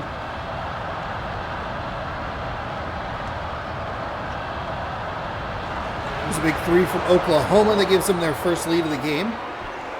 Really late on the closeout. That's what you're looking for. When you run that double screen to free up the specialist, the 3-point specialist,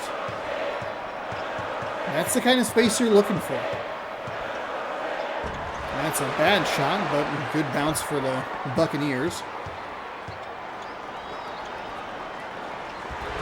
Little float shot, no good. A couple of defenders in the way. Can't imagine that was a clean look, and then you take into account that it was already not a clean look, and then it was like a hook shot, and you're like, oh, this is bad.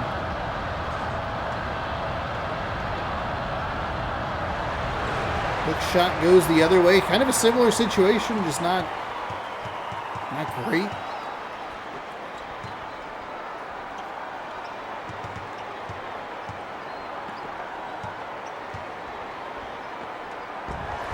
Three-point shot blocked on the perimeter. Oklahoma drives inside. The layup, no good. Good job by the Buccaneers defense to contest that shot. 7-5 here. It is a 7-1 run in favor of the Oklahoma Sooners until that basket is made. All knotted up at 7 with 4 minutes gone here. So we get prepared to close out the first half of games.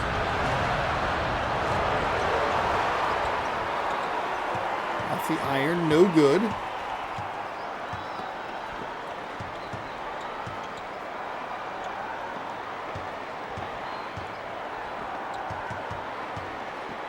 Oh, there you go. Nice find. Good feed. And good vision there. 9-7. East Tennessee State, little 4-0 run of their own. That's where they've been good. When they don't allow their opponent to score, hey, they look pretty good. But that's how they started the game, 4-0 run. And they retake the lead with a 4-0 run. A free throw in the middle there. Actually very nicely sandwiched between 2-point baskets.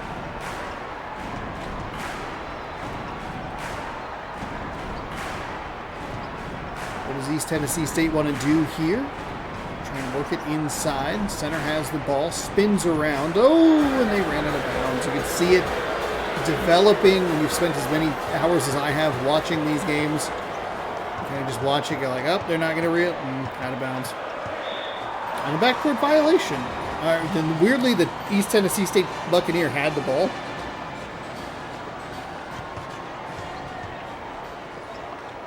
Dangerous cross-court pass there through some traffic. Another one. Dangerous. Stripped. Picked up by the center, who's out at the three-point line for some reason. Fall away 2 from the free throw line's no good. You know, I said, depending on how these teams looked, I'd be surprised if the winner of the last game makes it through. Neither team's looked very good offensively. It's been some good defensive plays here. And at least it feels that they've been pretty evenly matched. There's a nice steal. Good fire forward. Good fire forward, kind of a better, like, hey, let's maybe not. Nice find inside. That was like a good, better, best situation. Good aggressiveness. Great to slow it down. Best part of that was the find of the basket. East Tennessee State takes the lead 11-9. For 3, Oklahoma, no good.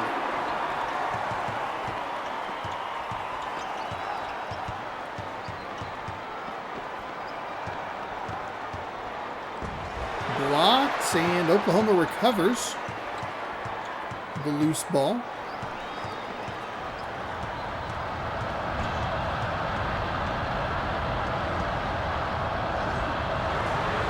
Good job by the Sooner to fight through the contact there. Tried to get the little finger roll, but left a little short.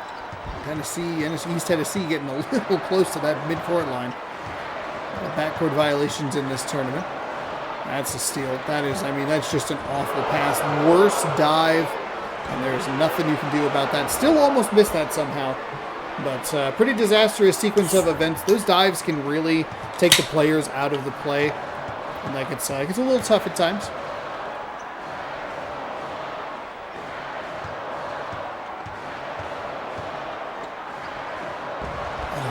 Blocked at the free throw line.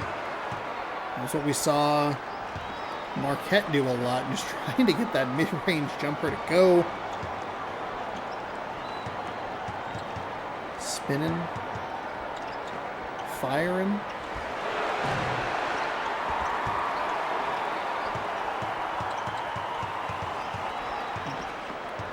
Guessing a microwave is going off? I don't know why I heard that.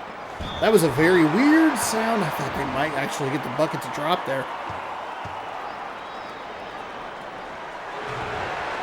He rattles it around home. And it's good. Basket, second basket up and good as well. So 13-11 after the free throws. Oklahoma, I can't believe that that's who they're throwing the ball back to. They are so close to the baseline. I am shocked that we have not seen that defensive pressure turn into a turnover, but not in the way that we see like a Louisville or an Ohio earlier in this tournament do it. In like, they're just not even out of they're not even in bounds. They keep throwing it backwards. It is bizarre. That's a little weird fade. Double blocks, 2 blocks, 1 possession. And Oklahoma comes away with the ball. We have under 2 minutes to go in the first half, and neither team is really separating themselves. I think we're going to have a really ugly looking game, no matter who is playing in the round of 32 against the Iowa Hawkeyes. That team scored 40 points. Oh, there's a nice find.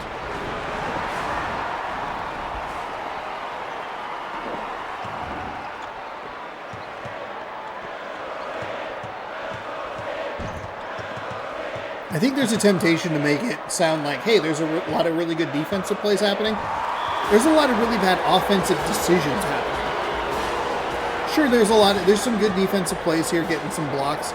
But like when you are an offensive player running into 2 defenders, that's just not going to go well. That's a big 3 for Oklahoma right there. That's good offense. But it was still not that good. Like, we're grading it on a curve because it wasn't a blocked shot. We're shooting between 2 defenders. The read was like a little bit late, and they held on to the ball, giving that should have been a catch, the easiest catch and shoot. There was nobody. East Tennessee State is not rotating correctly on that play, and Oklahoma still held on to the ball before letting it go. There's a great find inside. That's a good offensive play. East Tennessee State's burned Oklahoma's defense a couple of times with it. Oklahoma repays the favor. 1-point game with 40 seconds to go, 17-16. There's a nice bounce pass inside. I don't know what the defender was doing there. He just stood there like... Score? Bizarre out of bounds, and they're going to be able to... Oh, wow, that's a nice... There is what you're talking about. That is good defense. But is it? Because the last couple of games will look real sloppy, so it's hard to even tell sometimes. I like the aggression there by East Tennessee State to drive the basketball. That's a step inside, so it's a 2-pointer. 17-16 now stretched out to 21-16. Oklahoma likely looking for the final shot here. There's a nice bounce pass inside. Better defense. There's a good defensive rotation. See if they push the pace a little bit. It's a deep 3. No good. And that will do it. So East Tennessee State ends the half with 21 points, which is in that like kind of average territory. Like, it's fine. It's not great. I think there's a lot of games where you would probably be losing, but Oklahoma had one of those like, that's a bad first half. 16 points, huh? That's a terrible offensive decision. It's a good job by the defense to get up and get the block. That's a bad defensive play. But why are you shooting it into 2 defenders? Somebody's got to be open. That kind of technology didn't exist yet. Tried to run the play for the specialist. Looks like he actually made the defender bite. There's a little bit of a height advantage in favor of East Tennessee State. Kind of a fast-paced back and forth of ugly missed shots here to start half number 2. Center. That is good defense. That is good defense. That's a really... Why are you not more aggressive to the basket? That is some LeBron James stuff from the Oklahoma Sooners. Just a terrific job to get to the glass. There's a big shot. 21-18. Finally, someone gets on the board, and it's Oklahoma.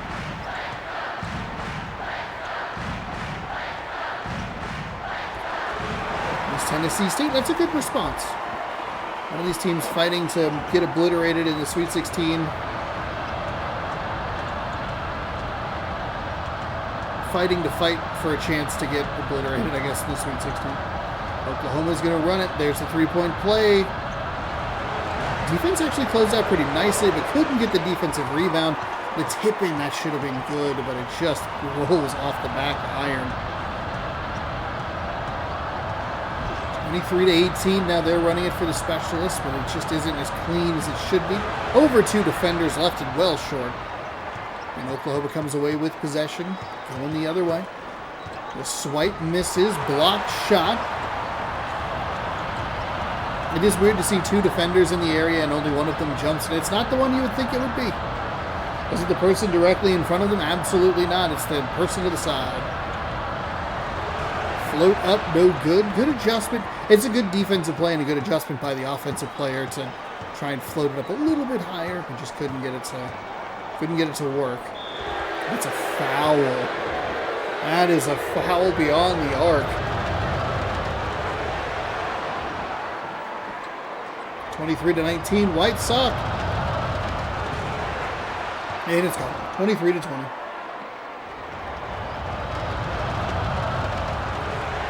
Left it short, and the putback is good, so the ultra-rare 4-point play. 2 for 3 on the free throws and the putback. Wow. That's a big play for Oklahoma. There's a better play. What is happening? Oklahoma has 11 blocks to East Tennessee State's 4, which is technically an improvement because we saw the one that had 14-0. Loose balls everywhere bouncing East Tennessee State's way. They throw it away on an errant pass.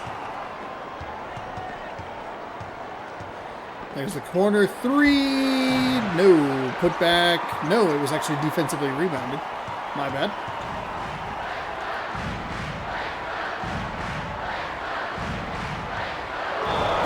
Stolen and dives out of bounds.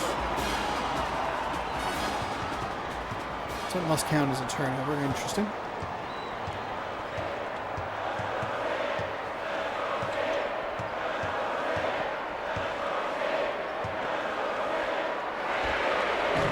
Ooh, good look at a 3. Defender was there, but hey, it wasn't blocked, so I feel like they were able to do something with it.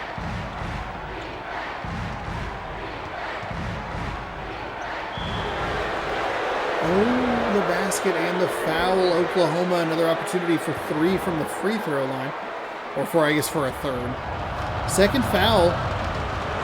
And the 2 fouls that he has picked up in this half alone have directly resulted in the swing that Oklahoma's been able to put together. It was 23-18. That's blocked beyond the arc. Oklahoma's making some good adjustments here. East Tennessee State is not. They keep shooting when there's a defender like right in the way. Nobody rotated correctly. It was eventually going to really start to bite East Tennessee State, but this is a 10-0 run. They get 4, and then they get another 3. So it was a 7 between those 2 fouls. That's just an awful shot. Why are you taking that shot?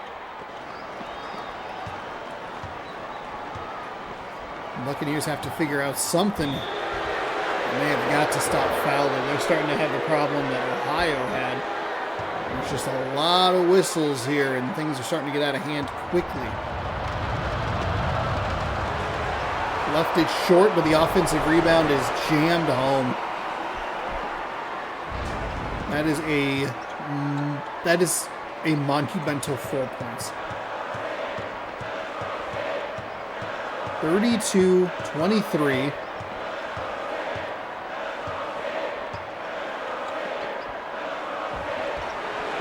Left it way short. This is a similar problem that Ohio had as well. They just kept putting up 3s, and all of them were just short. That's a 2 blocked, recovered nicely. There's a 3-point specialist who just doesn't feel like they have the ball enough, getting pestered. Loose ball goes Oklahoma's way, and they are going the other way. And the foul, thankfully for East Tennessee State, the basket doesn't drop.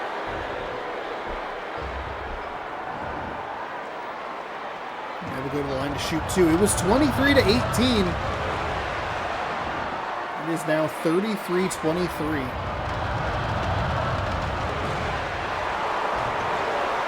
Oklahoma has gotten entirely too many offensive rebounds off missed free throws.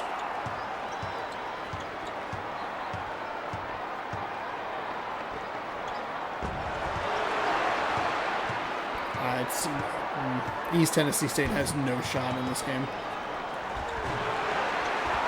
They're doing the double screen for the three-point play, and it's just too slow. They're not defending it well on the defensive side. They lose the ball again.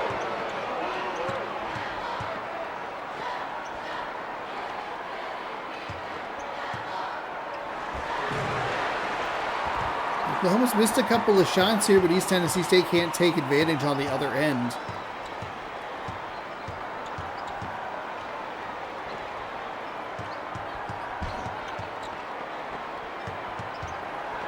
Poked away, but recovered. Through a couple of defenders. That's East Tennessee State's first basket in minutes. I think they have 4 points in this half, and Oklahoma has 15.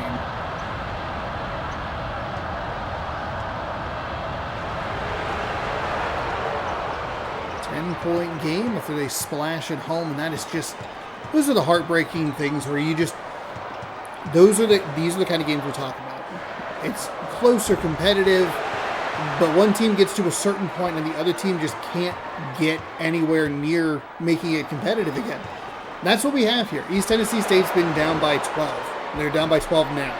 They cannot take advantage of the mistakes that Oklahoma is making, and they are making heinous choices on the offensive side.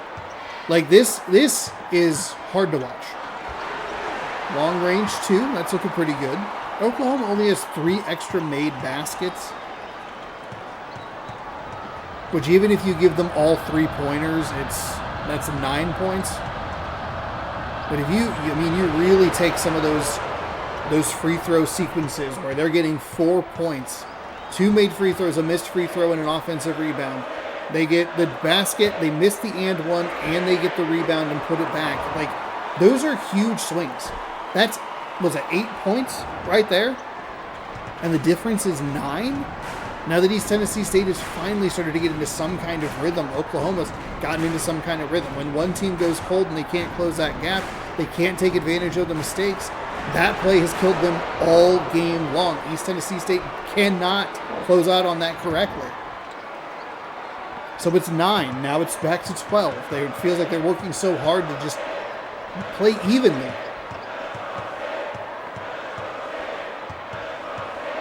And it's disappointing because stop shooting the threes. It's driving me nuts. We've watched 2 games in a row now where teams are just making terrible decisions on offense. Repeatedly. If you keep getting blocked out at the perimeter, stop shooting from the perimeter. Turning the ball over, they're down by 14. I made fun of Nebraska for putting together one of the worst halves that we've seen. East Tennessee State has scored 9 points. It's one of the worst second halves, one of the worst halves of basketball we have ever seen in this tournament. It's disgusting. It might not even be 9 points. It might be 7.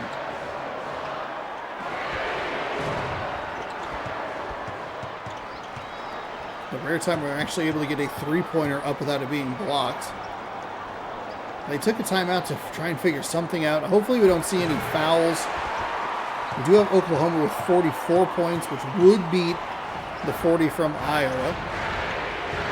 There's a big 3, but it's too little too late. Oh, couldn't catch the hot pass.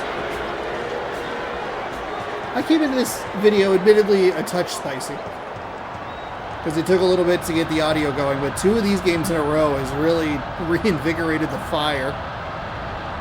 Actively annoyed at one of the teams. It's just like, why are you're just the worst. Stop. Now, thankfully, they aren't fouling. They have just they're content to lose this game, which is a positive, because we don't need to see more of it than we already have. But it is a frustrating watch these last couple. You don't need to take a timeout. You really don't. 30.7 to go. 44-33 your score. Oklahoma is going to go on to face Iowa. That'll be toward the back half of the round of 32. The first half of that first part of that 2-video situation. Fade to the right. Nothing doing. Oklahoma shouldn't take another shot. We can take a look at some second half stats and just see how bad it was. That will tell the story. East Tennessee State looked, oh God, they scored points. 46-33. 16 in the second half. Number one, I would guarantee outscored East Tennessee State by themselves in the second half. 46-33, Oklahoma is your winner. East Tennessee State looked okay in the first half of this game. They led going into the break. We can take a look at the Stats Central. If you look at the first half, it was 21-16. They scored 12 points in the second half. That is disgusting. Oklahoma scored 30. Oklahoma nearly beat East Tennessee State's entire output in one half. 9 blocks, 5 steals, no fouls. That's huge.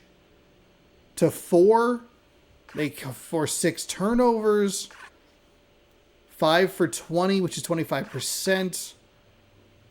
Not a lot from the 3-point range, but 0 free throws.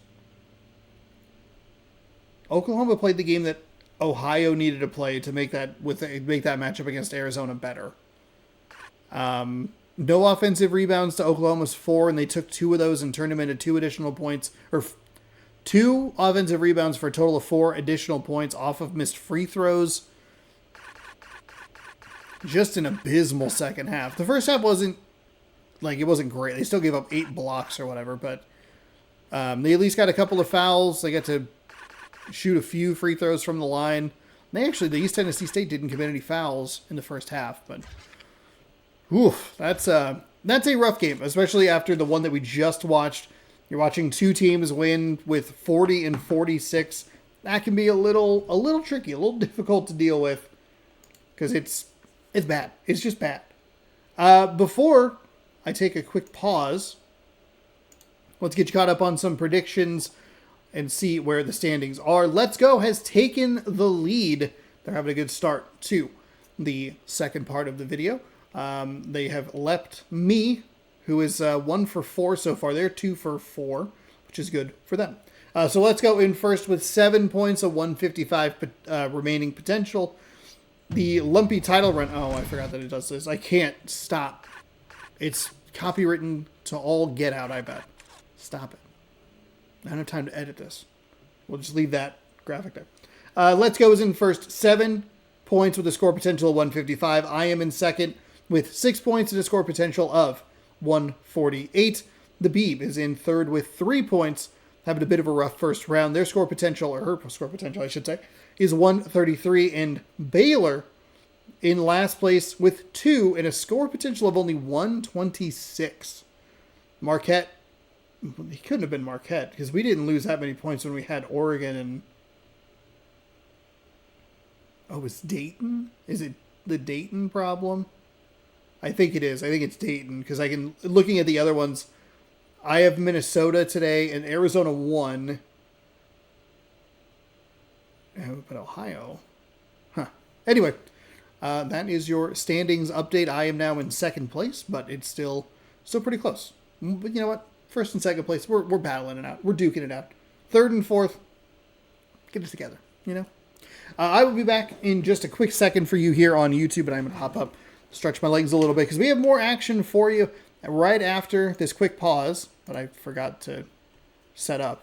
Hold on. Is this game important? Clemson and Michigan State, I believe it is important, and I'll tell you why in just a moment. Who's on the... It's Clemson is on the outside. Or the away team, I should say. Michigan State. One of the few humanoids. Because, again, it looks like a mascot. Why is Michigan State and Penn State... Penn State? Why is Michigan State and Clemson important? You'll find out in just a second. So why is Clemson and Michigan State such a big game? 2. Michigan State Sweet 16 picks me and what? Oh, I must have been. Oh, me and Baylor. I confused. I wrote my own notes, confused myself. Me, Baylor. We have them going to the Sweet 16. Clemson, 2-time Elite 8 pick, the Beeb, and let's go. Let's go find out who wins this game by pressing X. And then pressing X again. And then pressing X one more time.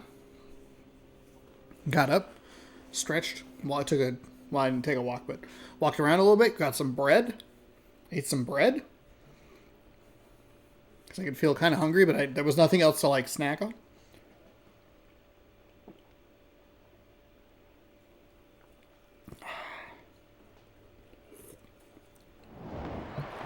Ouch.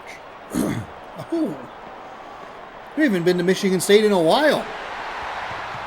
I do remember it, though. Spartans, Tigers. This is a good matchup. I like this matchup. The Spartans are one of the very, very few humanoid mascots, because it's actually a mascot. So I do like it for that. Some of the other humanoids are just here's some people. USC. And some of them just suck. Michigan State gets off to a good start. They get the circus shot to drop and the foul. Clemson very aggressive with their inbounding, and they dunk it home for 2 points.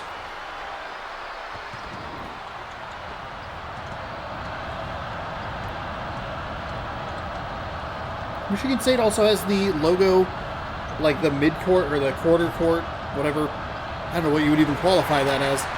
The state logo faces the other direction, which is kind of nice, because we saw in Florida, both of the Gators, I think, faced the camera.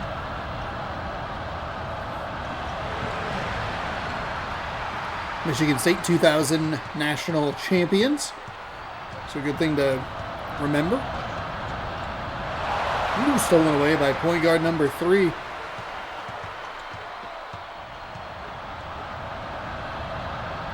Oh, it's wide open. Oh, it just needed to read it a little bit quicker. You can see the play was developing nicely as Michigan State steps out of bounds. But Clemson had what they were looking for. The player got free into the paint. You read that just a little bit sooner, and you're able to get that bounce pass in there, and it's an uncontested 2. As it stands, they take advantage of the Michigan State mistake, score on the ensuing possession, and it's 5-4 regardless. So we shouldn't have to rely on the opponent making a bad play. 3 is up and no good. Contact but no foul, and finally slammed home. 3 shots for 1 possession for Michigan State, and they take a 3-point lead. I thought Michigan State played a more aggressive defense, but maybe it's just the way that Clemson is inbounding the ball that's throwing things off. It also could be a different game, because I have used a few different games as Clemson knots it up. The only one I think we haven't used is 08.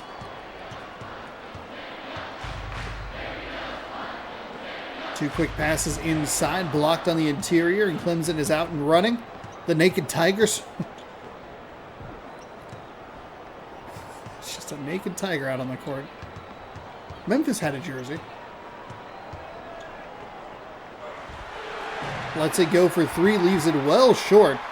And Michigan State comes away with the defensive rebound.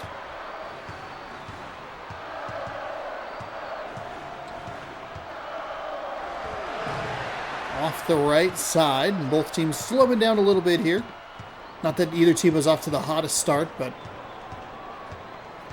some missed shots. Oh, there's a nice little find. It's not well screened by Clemson to set them up for success on a catch-and-shoot situation. Spartans were right in the way. They kick it out. Working deep into the shot clock as it hits 9. Trying to work around, and stolen by number 5. Fires it. It's 1-on-1 down near the paint. Kicks back out. Number 5 rises, fires, and got it. 10-7.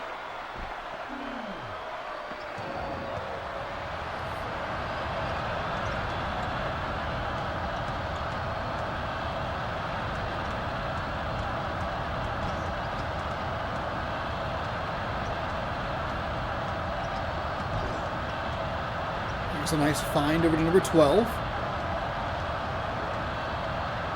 Ooh, rises to get the steal. Nice interception there. Michigan State. Clemson's really slowed their offense down. It's unfortunate for them that they just haven't been able to get that pass that actually works. Oh, I thought that was going to go out of bounds.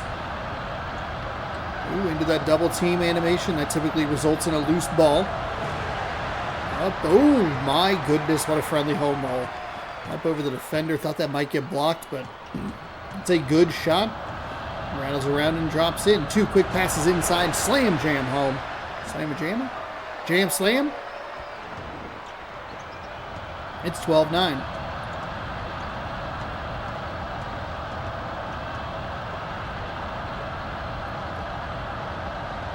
Ooh, foul on the way up. I was going to say, that's not... That had the look of the, we're going to get it to a middle and then to the end, and it's going to be very, like a nice little pace there, catch, pass, or whatever. That was very slow, and they were lucky to get the foul there. We get 1 for 2 from the line to make it 13-9. 4 minutes gone here as we open up the second half of action.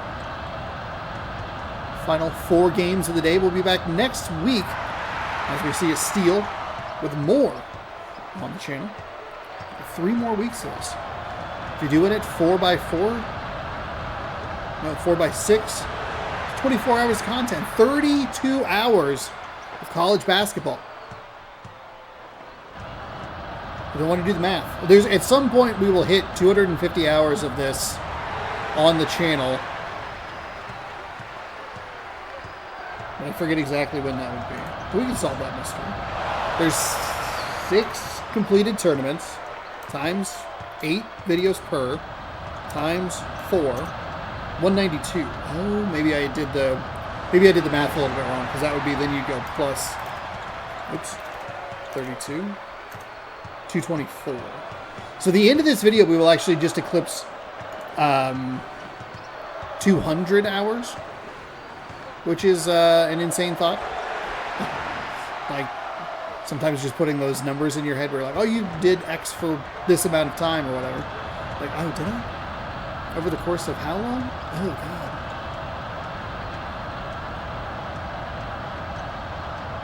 God. Anywho. Clemson tries to fire for 3 up over the defender. That looked like it was pretty well covered by the defender, but there was just enough space for him to rise and get that shot up over the outstretched hand. That's a big 3. 17-9 to 17-12 is helpful.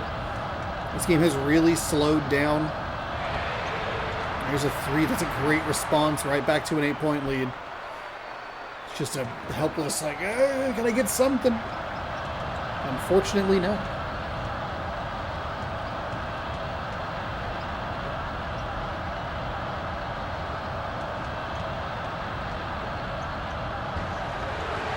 Off the bottom of the rim, blocked. Just a nightmare scenario. Clemson gets a couple looks at it and can't put it away. That's a good defensive play. Michigan State has not run that very well at all. Like, it is weird to look at that and go, why is this so... This play is so slow. There are so many other teams that run this, like, incredibly effectively. Tigers are trying to get some screens to go their way. That's blocked on the inside. They're going to try a run out here. Where was the defender going? They were in such good position. It's just like saw a laser on someone hit a laser and the cat got confused. Whoa, I'm going to go over here. 22-12. It's a big swing in favor of Michigan State right there. And such a bad break for Clemson. I don't know why you would worry about it. It's one-on-one. There's nobody else who's going to be there to help you. That somehow is through about every defender on the Clemson squad, and it's 24-12. Michigan State's come alive over the last couple of possessions. That's a foul. Wow. Don't get a ton of those beyond the arc, but occasionally we saw the one against East Tennessee State. And really, that was when things really started to swing in Oklahoma's favor. They got the 3 the 3-shot foul, missed that third one, and it was a 2-pointer that they then put in. I was like, oh God. And then it just got worse.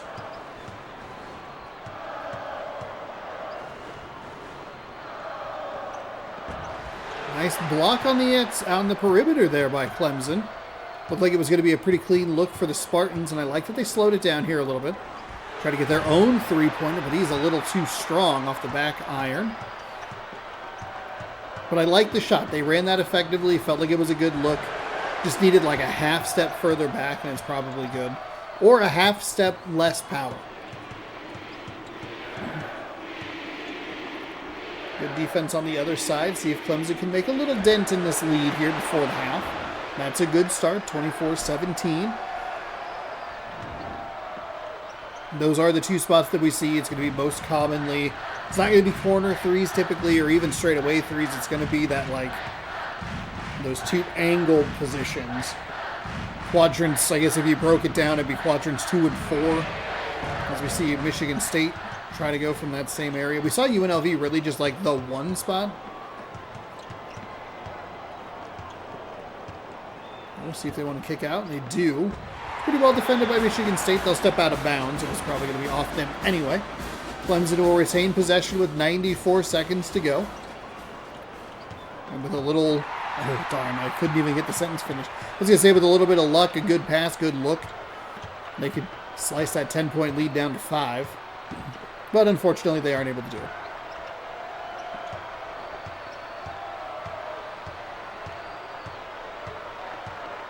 Oh, it's broken. Okay, I'll take it. 3-second violation is fine. It's not good for Michigan. It wasn't going to be good for either team, but at least we didn't have to sit there for another, like, 15 seconds or whatever it was. That's a great block on the inside.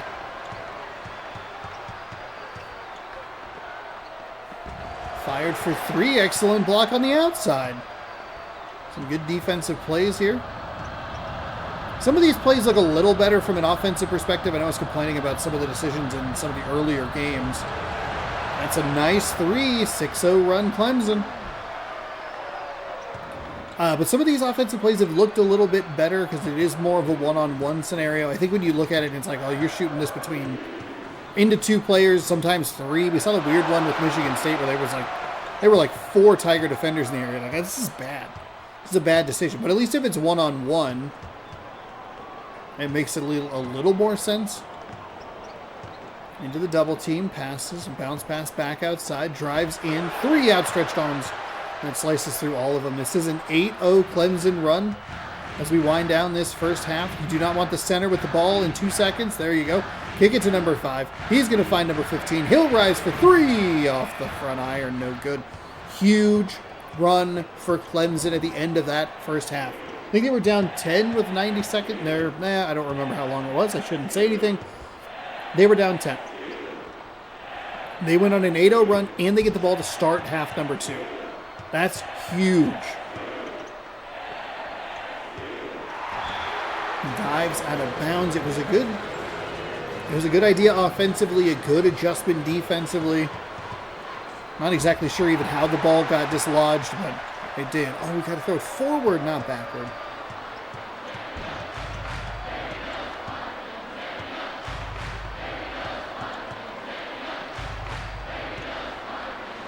Rise, fire, 2 is good.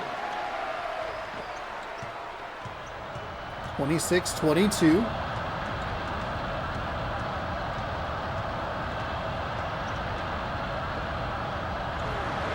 Up and no good. So Clemson just can't quite get all the way there. They're down by 10. They close it to 2, and then we'd love to see them. Oh, that is a big 5-point swing. Lead just like that out to 7. You want to see Clemson just one more shot. Take that first basket, that first possession of the second half. Knot this game up. And this is where we start to get into that weird situation. Clemson was down by 10. They shrunk it all the way down to 2, but then they started kind of falling back a little bit. We'll see if they can do anything to get this 7-point lead, now a 5-point lead, now a 7-point lead, any closer. or if we're going to be in for one of those kinds of games where it is very much, oh, by the way, a pumpkin matchup. Can they make this, can they tie this game? Can they take a lead? Stay tuned to find out. Don't skip ahead in the video. Don't take your finger away. Don't hit the arrow, okay? Just sit back. Just hang on, all right? What could you possibly have to do that's better than watching mascots play basketball? The answer is nothing. I'm a little surprised that wasn't an offensive foul. I guess he wasn't really in good position, so probably a good call either way, or a good no call either way. It's not a defensive foul, not really an offensive foul. And it's 33-24, so has Clemson scored this half? Yes. They have, for sure. Absolutely. No, I think they did, because they closed it down to a 5-point deficit, but then they immediately gave up the other point. So 33-26.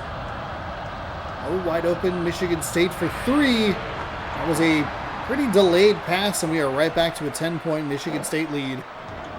I picked the Spartans, didn't I? Let's go. Let's go me. I need this to tie first place. I don't think I've ever come close to winning one of these things.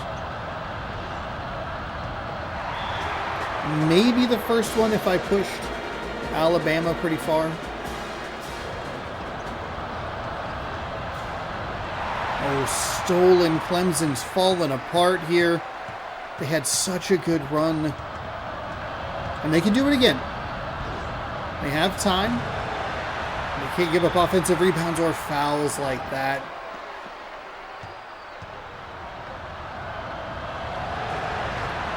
Off the left side of the iron and drops in. Friendly home roll. That basket is up and good. 38-26.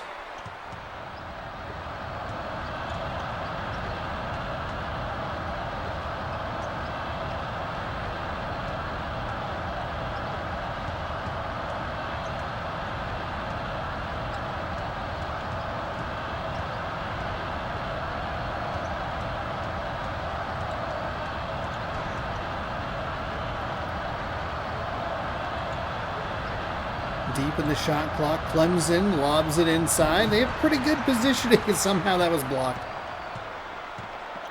Michigan State running it the other way. A little too much mustard on it. It bounces off the back iron. No good.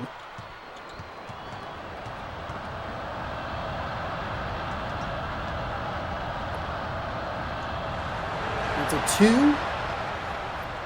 So it's a 12-point deficit down to 10 with about 6 minutes to go. Clemson is doing a good job. I know they're down by... I know they've given up some runs here, and they're down by a kind of a bulk amount of points. They are doing a good job. Like, Michigan State hasn't run away with it yet. It still feels like Clemson has a chance, and unlike some of the other teams that we've seen today or in this tournament, they have shown that they can make a run. They have shown that they can cut things down. They just haven't shown us that they can overcome the obstacle completely.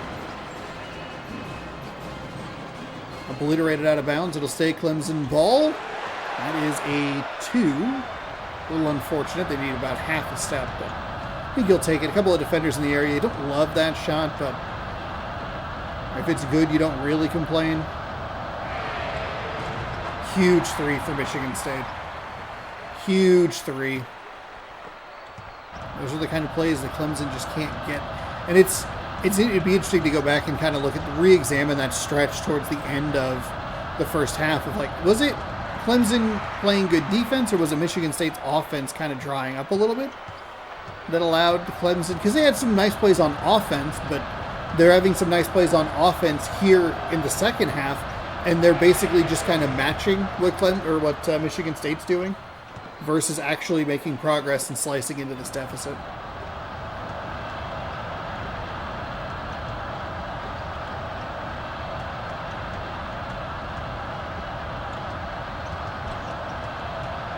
Driving inside. Flipped up and good. 43-32.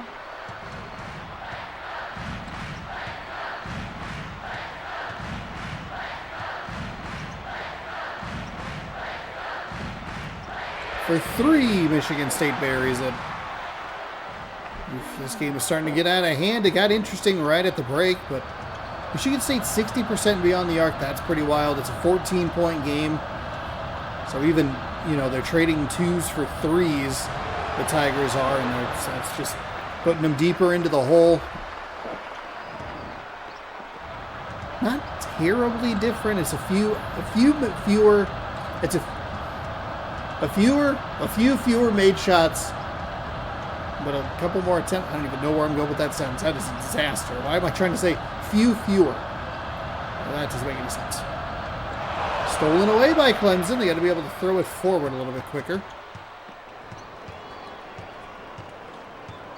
You got to get this to 6 in the next minute and a half. 2 minutes, maybe? What time do we have left? It's a foul. Go to the line to shoot 2. Yeah, I'd give you a minute and a half. Minute 45 tops to be able to cut this down to a 2-possession game, which would be 4-6. That should be a huge 3-point play, and it is. All right, 12 points down to 9.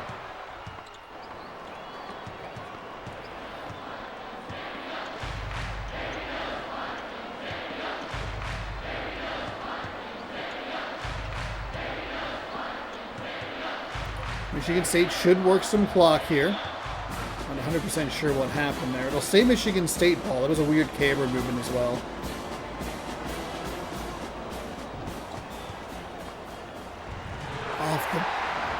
Off the glass and in. Just can't get them. Can't get the stops on the defense. 11-point game now. I don't think you can really be taking this long. You got to get that 3-pointer up if you're going to do it. No.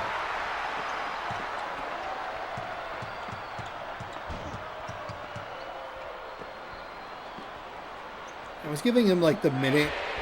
I guess I got to give it him 2 minutes on the clock. I don't think it really matters at this point, though. Our defense has just been so lacking the last couple of possessions. They're not closing out well, kind of like East Tennessee State on that 3-point play. Not putting up good looks from beyond the arc themselves as they miss that shot.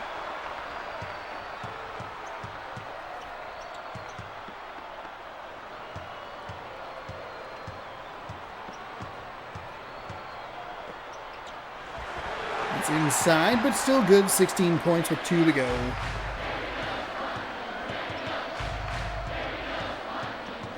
You're getting some large margins of victory.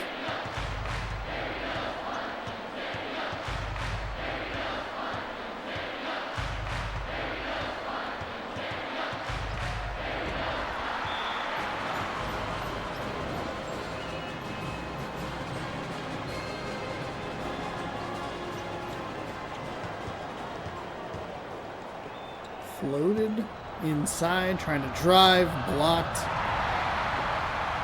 There's nothing we can do here.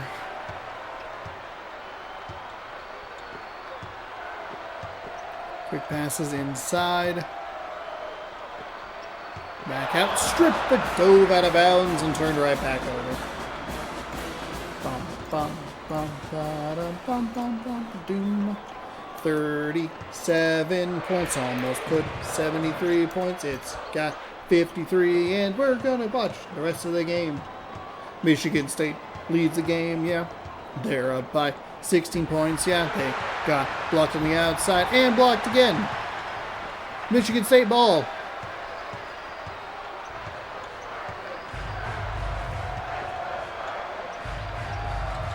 Pass into the paint back outside. Double team.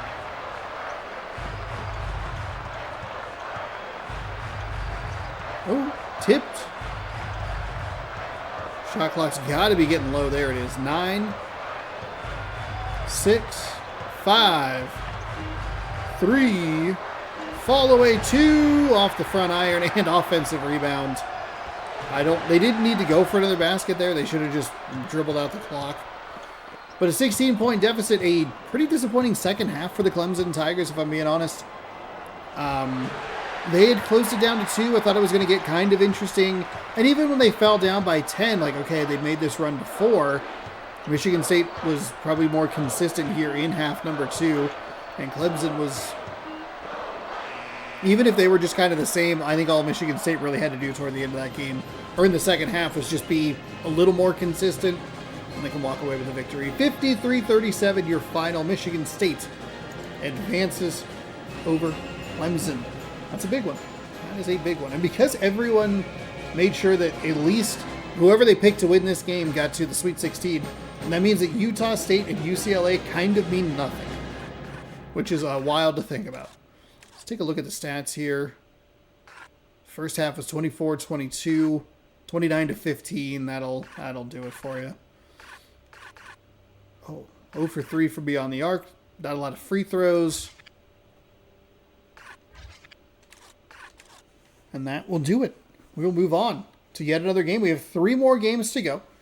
We have the quote unquote meaningless game here for game number 5. But gross, Notre Dame, get out of my life. Utah State and UCLA. Double U teams going at each other. And like I was just saying, because Michigan State won, or Michigan State or Clemson, it didn't matter who won that game. Everybody picked that team to get to that Sweet 16. This game is like, if you get the point, you get the point. If you miss, thankfully it's not a big miss for you. So that's a positive. We get some more, like, I guess, meaningful, in kind of air quotes, games a little bit later. I think Kansas-Cincinnati is a game that kind of means something, but not really. LSU-Minnesota, the game that we're going to end the day with, is where I think it gets real interesting. All right. I picked the wrong team. Hold on. I picked the wrong team. Picked the wrong team. Thankfully, realized it immediately. Utah State. They don't have the Utes in here. Not the first time that's happened. There was one, I forget exactly how far we even got. Utah State, the Aggies. And the UCLA Bruins. All right. Hey, look at that. Easy peasy fix. Yeah, I forget what game I just put the wrong team. It was a long time, too. I think it was like a half, maybe longer. Look for the video that's like abnormally long in Mascot Madness, and you'll find it. I guess I could look it up, see which one as we get started. So UCLA now playing the correct team. UST. Okay. Utah State.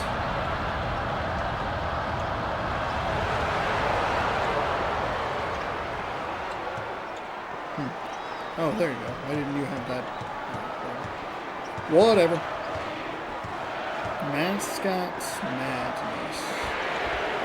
The 3 is up. The 3 is good, and UCLA quickly takes the lead. I forget how plain UCLA's court is. Like, remember in the 70s and 60s when we were a dynasty? Don't ever change it. It's like, okay. Cool.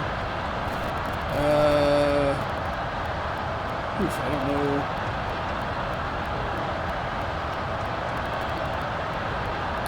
Sure why that's there.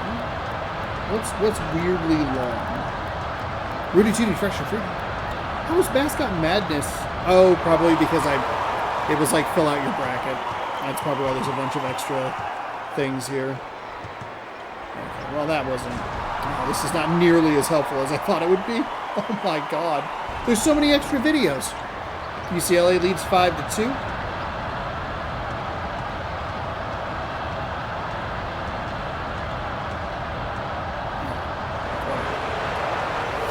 Up and in. So Utah State's doing a good job responding here through the first minute in high fast action. I'm distracted looking at which game I think might have had which video might have had the game that had the wrong team for way too long. UCLA with another long ball. We're off to a fast and furious start.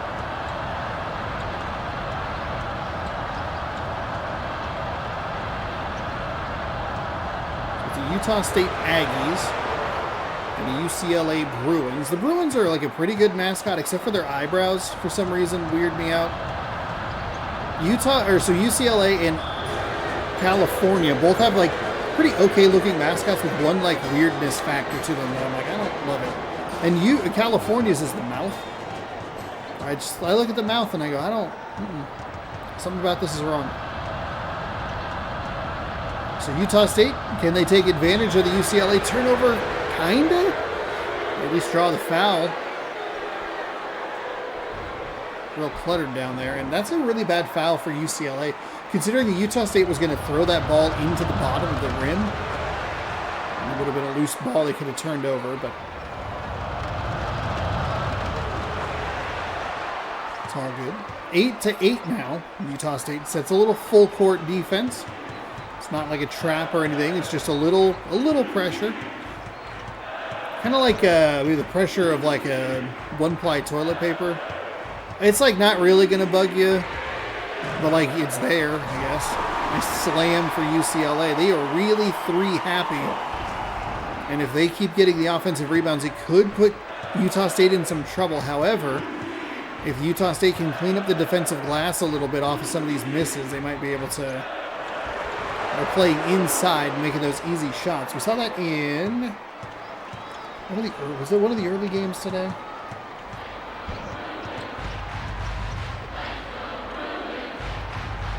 That's good. Shot over two defenders, a little long. They get the offensive rebound again. There's another team that dominated the offensive glass. They had more offensive rebounds at one point than the opposing team had defensive rebounds. And it's like, you're giving up entirely too many second chance looks. Utah State, again, they are comfortable, content, just going to the glass every single time. UCLA is going to need to make an adjustment. Utah State has to figure out how to get a defensive rebound. They probably should be in the lead for this game. Oh, that was a little bit of a wonky pass. It's still a three somehow. That's where the feet get a little weird. The big bear paws on the bottom.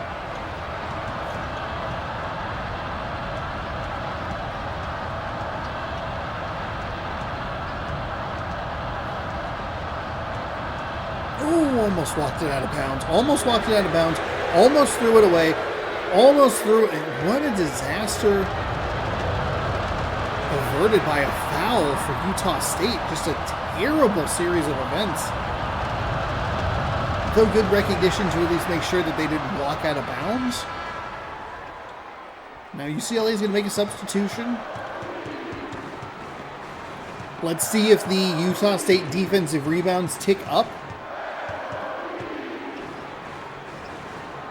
Because that is technically foul trouble.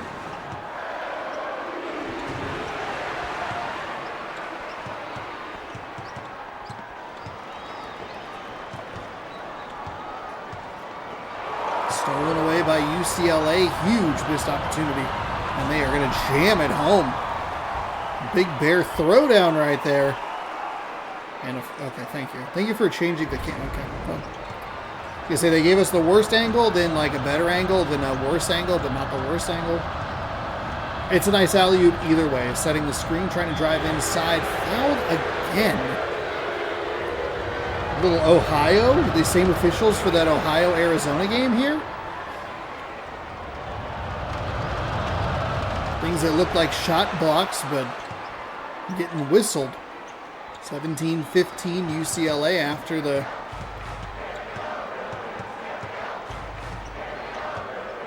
free throw. So Utah State would have led, what, 2-0? If that?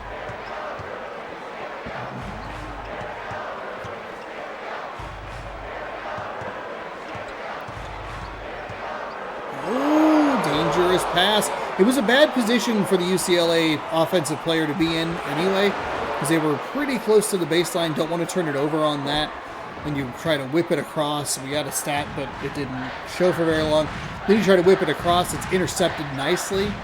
And Utah State making some good defensive plays here and there to try and... There's a three. It's good. They're keeping the game close. They're keeping themselves in this game. These are some of the better offenses we've seen all day. 20 points already for UCLA. Keep in mind, that's how many points the abysmal Iowa team scored in the entire half. And even you could talk about Utah State. They're at 17. You want to look at that 20 number again. UCLA with some good defense. Utah State's not doing a great job passing the ball to someone who actually has some space. They'll run out the other way, and it's an easy dunk.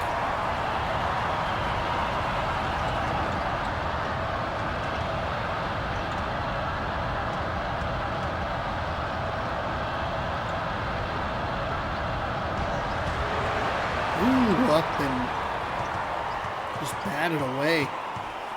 Utah State needs a basket on the other end. That's what they've been doing, though, has been that interior play. Foul and nothing. So that's, I mean, it's at least, you know, some little line. They're getting the best result that you can look for off of a foul is nothing. Oh, and they can't get the offensive rebound. Those are the plays that have just been so devastating for teams in this tournament today. 7-0 UCLA run. Utah State trying to work it inside like they've been doing all game long. I like their stick-to-itiveness. I like that they're working that. Hey, this has worked. We've had a couple of bad possessions offensively, or they've had a couple good defensive possessions. But we'll get points eventually. There's a good offensive rebound, but Utah State can't put it back. That's such a big play if you can cut a 7-point deficit to 4. 3 points the most ridiculous way, and that one's just too easy for the Bruins. It was 17-17, and it's been a 9-1 run here.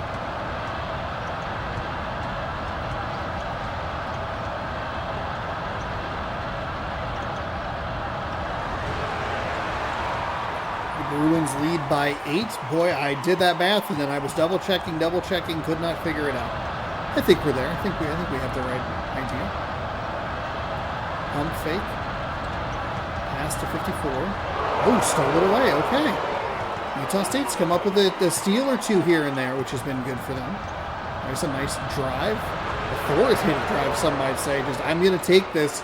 I am going to work my way to a shot that I feel comfortable with and take that shot. No one else is touching the ball. Utah State now with that 20. Oh, they come away with the loose ball, but they step out of bounds. Oh, no. That should have been a turnover to cut this to a one-possession game at best. I don't think they've really taken much in the way of a three-point shot, but it's a nice steal by number 4. I thought that was going to be an easy bucket. Throw it in low. You got him. Blocked. Oh, Utah State can't catch a break. They're in such good position. They're doing things well.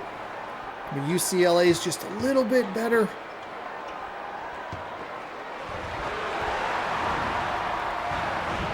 That's the difference. The positioning of UCLA on that previous possession. They get the block. They get the contested shot.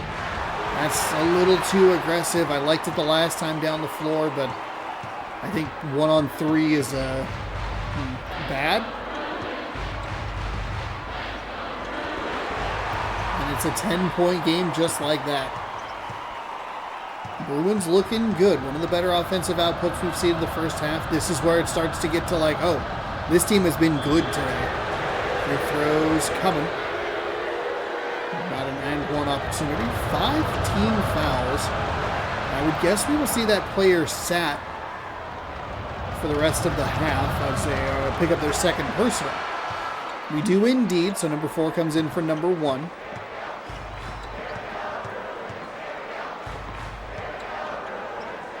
Two quick passes inside, back out.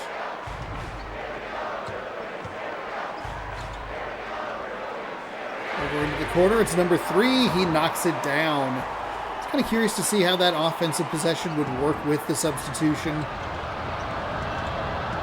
You're good enough to play college basketball, but is it like one of those things where should you be on the floor? Your center has the three-point specialty. Up for 3 and got it. That's big. That's big. 11 down to 8. It'll be interesting once we're done with the first round. It'll be kind of cool to look and see like, okay, what's the best? Who's the best team that just didn't make it? Who got like the bad matchup? Right now, I would say it's Utah State. I think that the 49 that Boston College put up might be in contention as well. And I know it's a little easier because we're watching it right now, but Utah State looks like a formidable opponent that probably should be, or probably is one of the best, or one of the 32 best teams. But they ran into a UCLA buzzsaw. Tipped. Nice dive to keep it alive. Under a minute to go. Not exactly sure what the shot clock is. It's popped up. 8 seconds. Working this shot clock deep. Dangerous pass. They're going to have to just put up a 2 and hope it goes. It does. 33-27. Utah State will get one more possession. 2 quick passes inside. It's not going to help the case. Out of bounds. Ooh, interesting. An animation looked like it maybe could have been a foul, but off the bottom of the backboard. Lost the ball. You can't do that. Oh, no, Utah State.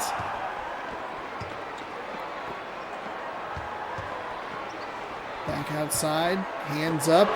Nice steal. One more possession here for Utah State. They can close this to a 1-possession game.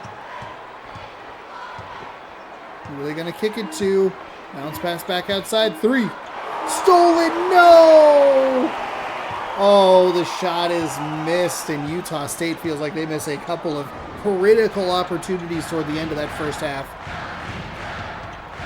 Even if you come away with like 2 2-pointers, it's still a 1-basket game. The kind of adjustments that were made at halftime, UCLA didn't make an adjustment. They said, hey, just keep scoring buckets, and that's what they do. 35-27, 9:41 to go here as we enter half number 2. The deficit was 6 at the break, and an opportunity for a 3-point play coming up. I love when the replay cuts off the actual important part of the play. They're able to bury it, and it's 5. From 6 points to 8 points to 5 points.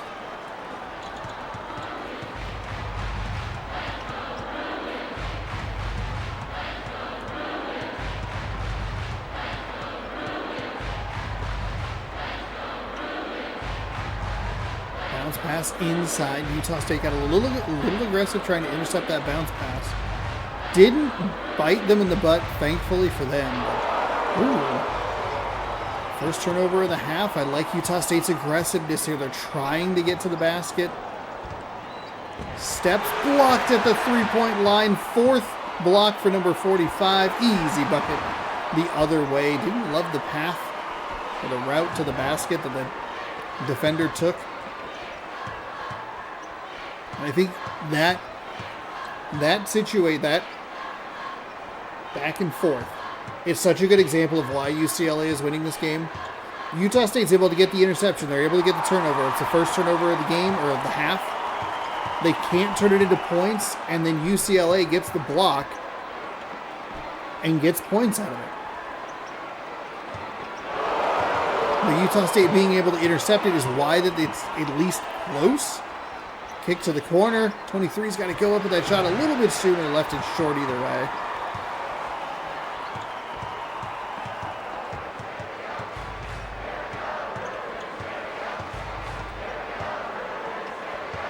Number 4 elected not to take the shot. Utah State was not ready for that play. Inside. 19 points, 3 steals, 3 assists. So number 3 is the guy that Utah State probably needs to be in foul trouble. Because they subbed out the one guy who was in foul trouble. Number 1, I want to say. And the offense hasn't really seemed to miss much of a beat. I was curious if they would slow down at all, but their leading scorer has 19.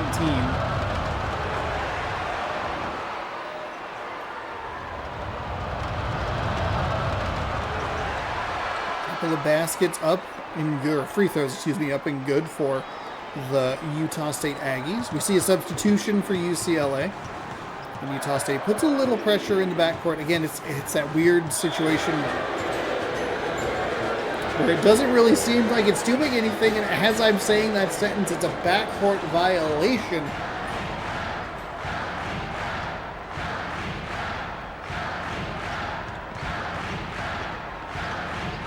Hook shot, terrible. That's not what you want to see. Utah State gets the turnover, they get the mistake, and they can't do anything with it. There's a kick. Number 4 really does not want to take threes. So they keep running that play to him, or not, maybe not for him, but he keeps having some looks for 3, and he's passed up a couple of times.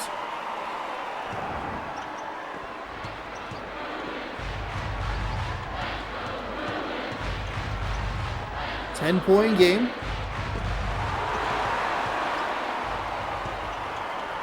I feel like at this point in the game, when it was a 10-point deficit, I think I believed in Clemson a little bit more in the last game against Michigan State. Utah State's done a good job to keep this game within reach, but they have not had consistency with turning defense into offense. And there's a throwaway right there. It's been bad shots. It's been, and there's the difference. There it is, plain as day.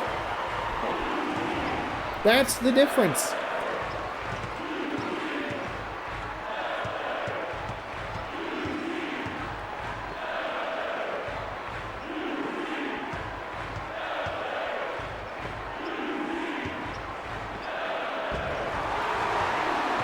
Get the block. They're on the run. They slow things down a little bit. Game is starting to get away from Utah State. Just too many of those bad mistakes. Number 3, the specialist. Off the back iron, no good.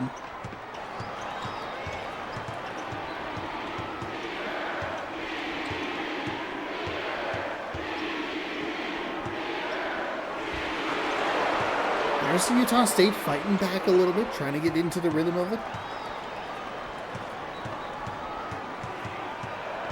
10-point game with 5:37 to go here in the second half. There's more than enough time for Utah State to make a comeback. I don't even have to give it much of a deadline. And because they are able to consistently get hands on the ball, they just can't give up those threes. 2 defenders in the way, and it's just a good shot. I mean, they're able to create turnovers. It goes back to what I was talking about not too long ago. Just don't believe that they're going to be able to consistently get points the other way. I believed in you, Utah State. I don't even know if I picked you. You walked out of bounds.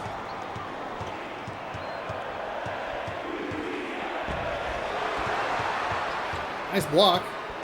That at least kind of negates the other awful play that you made.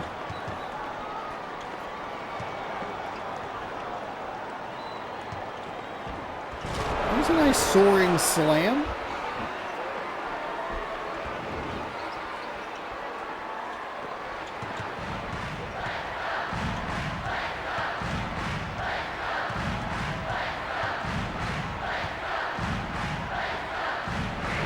Three, no good. 11 points. Nice find inside. Okay, Utah State. All right. Give me some hope that my belief wasn't completely misplaced.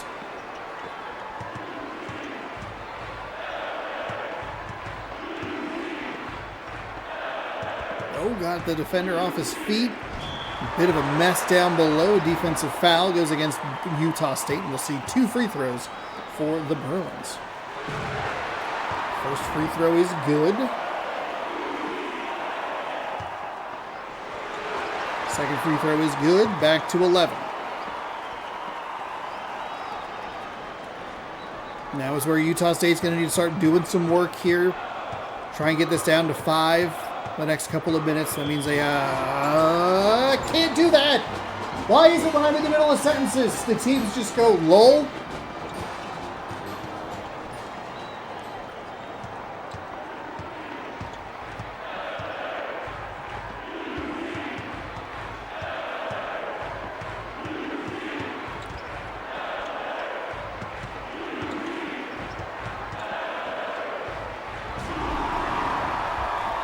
Oof.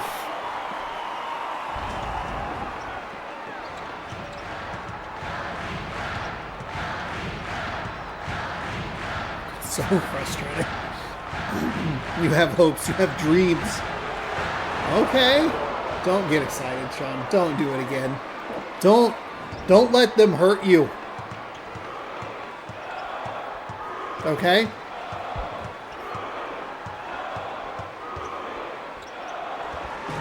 Okay, all right. Can we make it a little more interesting? Our margin of victory is not great. I mean, we didn't really get the good games until the last couple.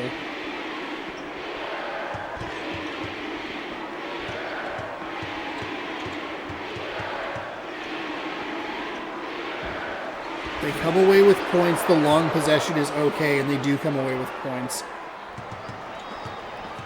51-43.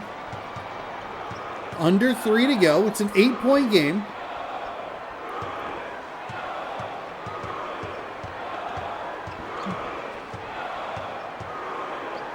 Oh my God.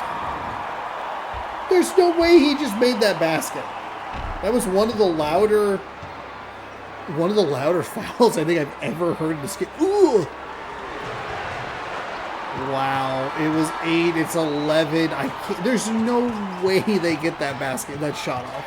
Are you kidding me?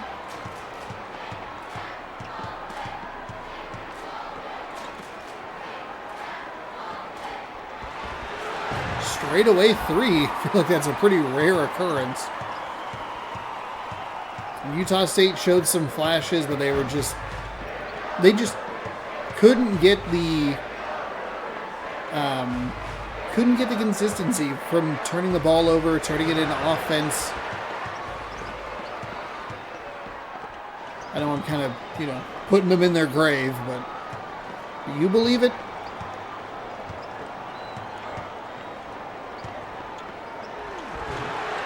Oh, shot's no good. A little short, I guess.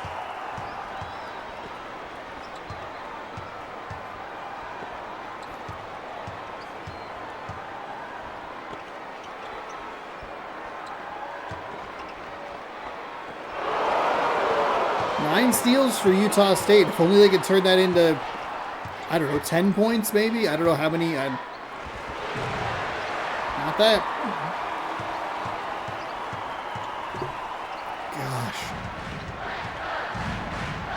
If you score on those steals, even at a 50% clip, and I don't know what they're at, because it gets interesting. It's like, is it a steal? Is it a block? Whatever. Even at like a 50% clip, it's 18 points, which is half. Like half is 9.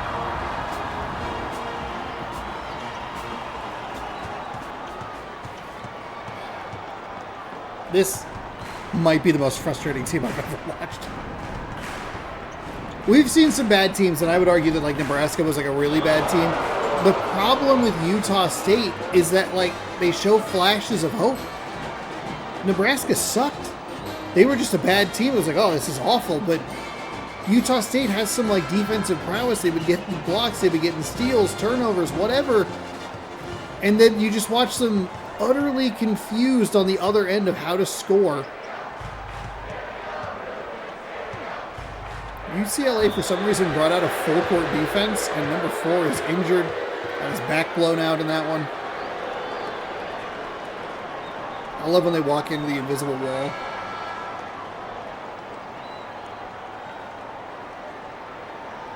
This game came out before The Office, the American Office. Think about that. They were the ones who were like, you know what would be cool? This wiggly cam that zooms.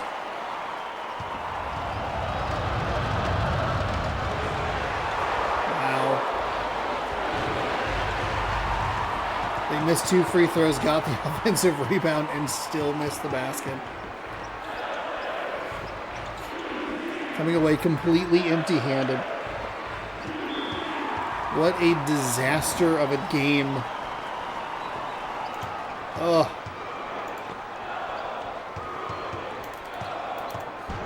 $54-43, and they will. Okay, well, I guess Utah State can pad this points number. They've scored more than game-winning Iowa. This is the team that you look at and you go like, oh, there's something there, kinda, but also not really. 54-45, your final. UCLA advances to the round of 32. Submit the scores, and we are off. We have 2 more games to take a look at today. I don't think there's anything really to look at as far as... I don't think they have like points off turnovers or whatever. It doesn't matter because we're out of it now, but... Oh, man. Utah State feels like a real missed opportunity. Oh, Pitt, we'll see you later. Next week sometime. Kansas and Cincinnati. Kansas. Okay. The Jayhawks. Not my favorite. Cincinnati. Pretty good. Pretty good. Wish there was more design on the jersey, but whatever. Let me see if I've had any notes for this. I do not. Okay, great. I thought I did. I think this one's like the hidden important game for someone, but I think it's just one person. And Kansas is... We'll just ignore that for the moment. Kansas is on their way to Cincinnati. We did see a higher ranked team. I think we've seen a couple of them in this, and they have had the advantage. So I wonder if there's probably a better way to balance that. I think it would be going in and like legitimately, or literally, not legitimately, literally just making every player like a 99 overall at everything.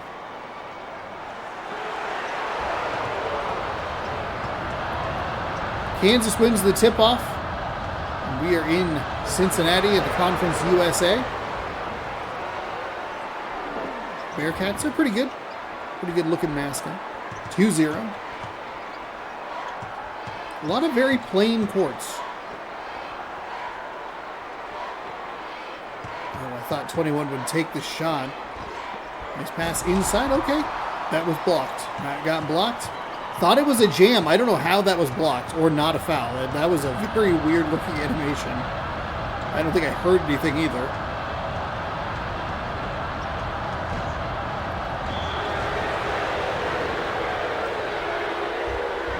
Arizona officials back again. I do love that the Kansas Jayhawk is number 1/2. That's pretty fun.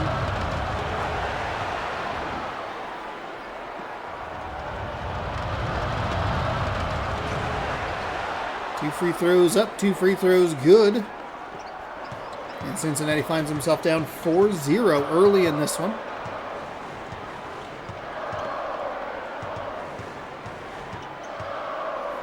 Last couple of games in part 1 were the really good games. There's the foul, but can't get the basket. Oh, Cincinnati. Oh, no. Oh, no. Well, they went 1 for 2 from the line. I'm going to put a little pestering in the backcourt.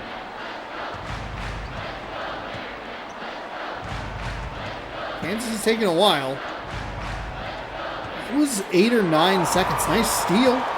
Okay, Cincinnati. I like the aggression. Good job to throw the ball up the floor. See if you can get something, a mismatch. Kansas Kansas defended that pretty well. And a disaster strikes Cincinnati. Are we going to have a Utah State here?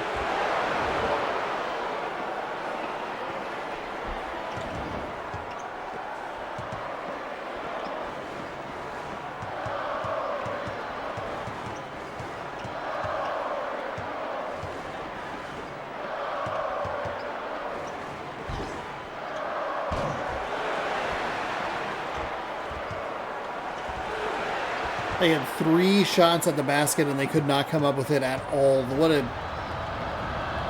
might just be a terrible mismatch in favor of Kansas.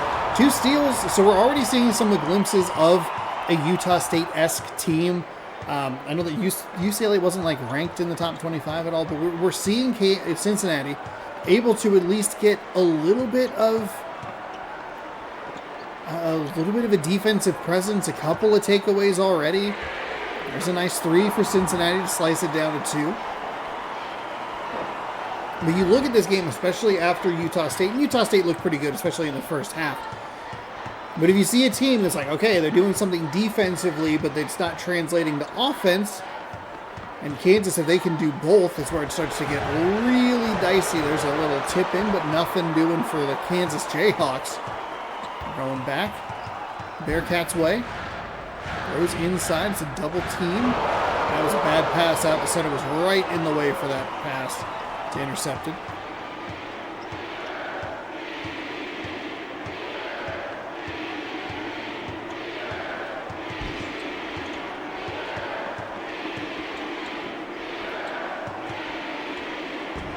Nice block by the Bearcats. Kansas has been slowed down on the offensive side. Some blocks, some steals. They're running that play for the three-point specialist. He's got it up. He's got it good. Cincinnati up 7-6. Scared to feel hope after what Utah State did to my heart. Stabbed it repeatedly. Oh, that's just too easy. Too easy. No rotation at all from Cincinnati. Crept in behind the defense and bam. Easy bucket. Bucket. Easy bucket.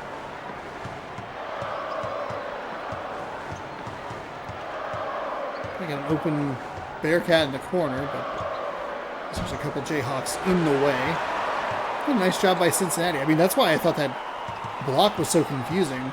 I know that wasn't a jam or anything, but I looked like there was some good fight to the rim, but then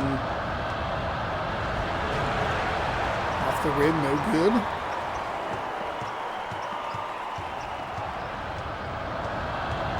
Cincinnati leads 9-8, stolen away again. Good job by Cincinnati, putting some pressure. I think you can take a foul in that scenario. I'll go to the line to shoot two.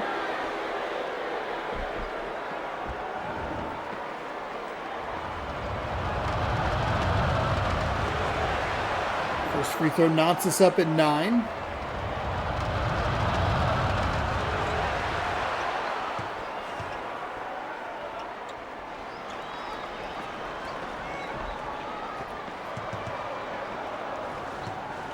Kansas 10, Cincinnati 9 after the two made free throws. This game is a little slow. Oh my goodness, they're really fighting through the defenders on the interior. Both of these jerseys very plain, by the way.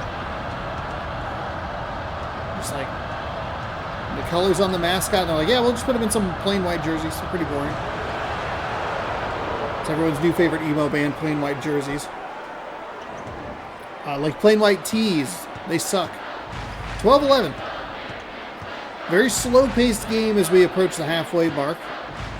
It'll be a 24-22 matchup as the circus shot drops for the Bearcats.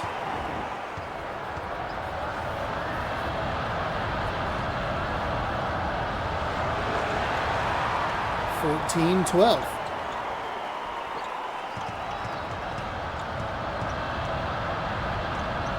Cincinnati again working with a little bit of pressure.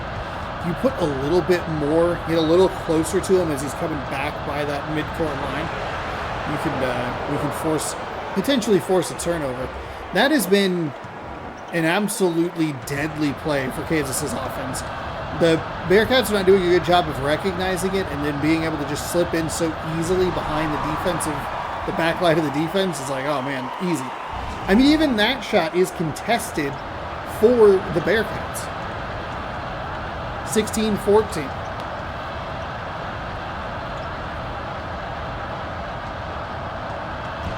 Number 23 takes a shot into the chest. Or dishes a shot into the chest, I should say. Cincinnati comes away with another steal. Two quick passes inside, jammed home. As the Jayhawk tries to block from behind the backboard. Cincinnati out to one of the bigger leads we've seen, 4 points. I think it was 4-0 Kansas, and then it's been pretty close since then. That's a big three for the Jayhawks. I haven't seen a whole lot of outside shooting in this game so far.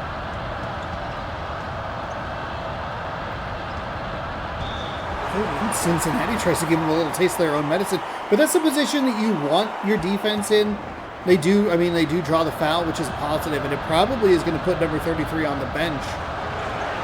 Cincinnati buries the three-point play, and they do indeed. So we'll see how that affects this coming up, because Kansas has been pretty good on the interior.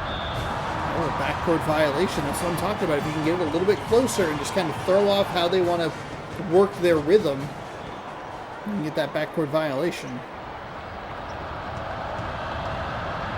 21 drives, leaves it a little short. Offensive rebound. Number 5 can't come away with it. Or can't come away with a bucket, I should say.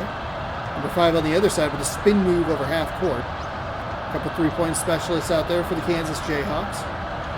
One-on-one. Trying to back him down a little bit. Spins one way, just cannot seem to create any space. Almost went out of bounds. The 3 is up, but it's no good. Rebound Cincinnati. Good defensive possession and not terrible for Kansas. Floater into the corner. 45 takes it, but it's going to stay Cincinnati ball. It was likely going to be last touch by Kansas either way, but they did touch it out of bounds as it was coming down. That's an interesting throw into the paint. Leads to a foul and 2 shots from the line. Cincinnati is leaving a lot of these short.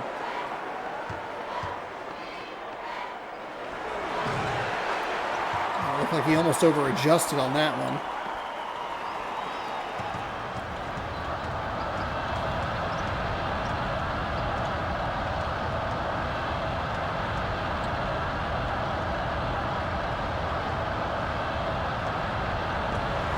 Nice block by Cincinnati, trying to get out and run with it. Slows down just a little bit. They absolutely have someone in the corner, I think. They absolutely had someone in the corner. Oh, they lose the ball. Little collision. Puts a little funk there. And then just a bizarre situation for Kansas, who barely gets that over the midcourt line. I don't know what the heck that possession was, but that took like 8 seconds when it shouldn't have at all. Offensive rebound and jammed home, even though there's 2 Bearcat defenders in the way. There were 3 Bearcats, and they got out-rebounded by 1 Jayhawk.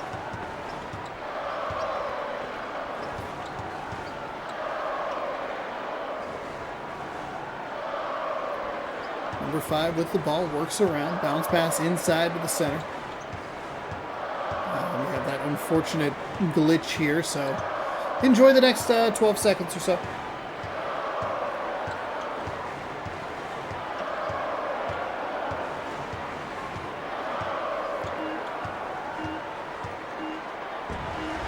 Blocked.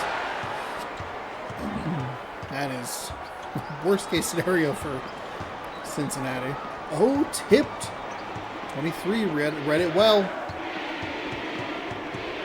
Under 2 to go here in the first half. Up over the defender. It's good, and we're all tied at 22.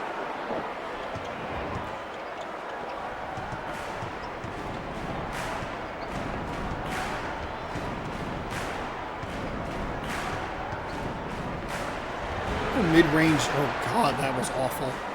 I don't think that even hit the rim. That was an abysmal shot right there. Inside and foul on the way to the basket. He'll go to the line to shoot 2.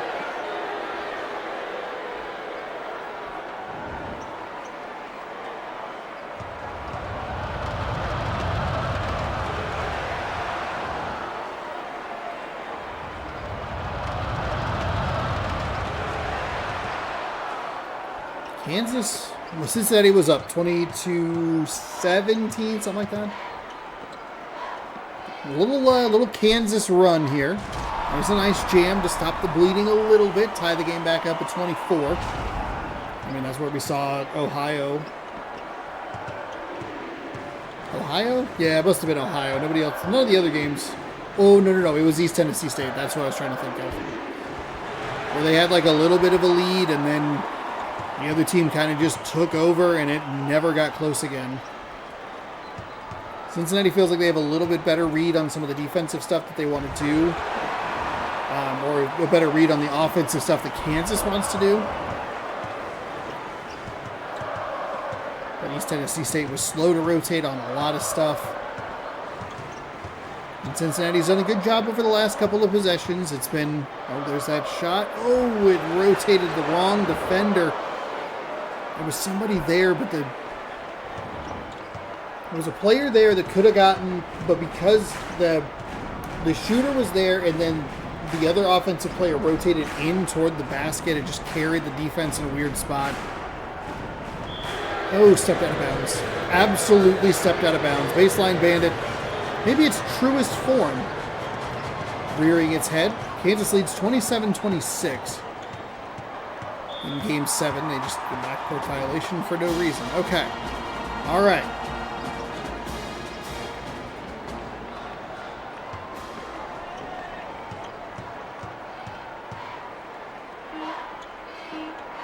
Oh, God. It's going to be way too deep of a three. It's... Ugh. I don't love that shot at the end of the half, but... I think you like that half if you're the Cincinnati Bearcats. Survived some runs from Kansas and did a good job to lead for a good chunk of that first half. On the Kansas side, I think, you know, hey, you weathered the Cincinnati Storm. Was that their best effort yet? Can you start to take this game over? We'll see. Driving inside through a couple of defenders and splashes it home, 28-27. And both teams put up pretty good first halves, 27-26. That's in like the good territory.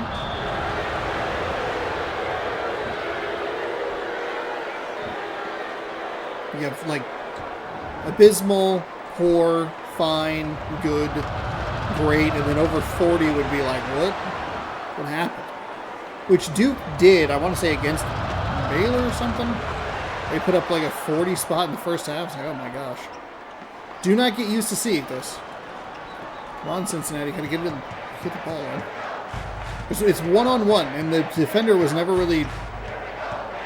They were off by like a solid stop. 54, spinning, looking, fights through the foul. There's that same sound effect. We heard it in the last game. Just a really hard foul, but somehow the ball still got up and in. As it goes there as well. 31-29. Cincinnati polishes off that three-point play. Gives himself a 2-point lead. Quick passes inside. Kansas erases it quickly.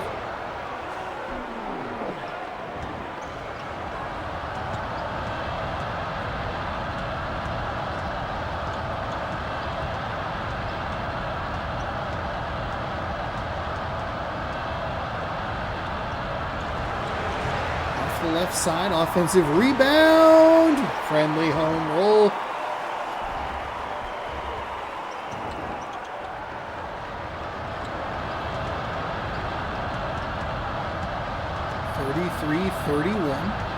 Any good game so far.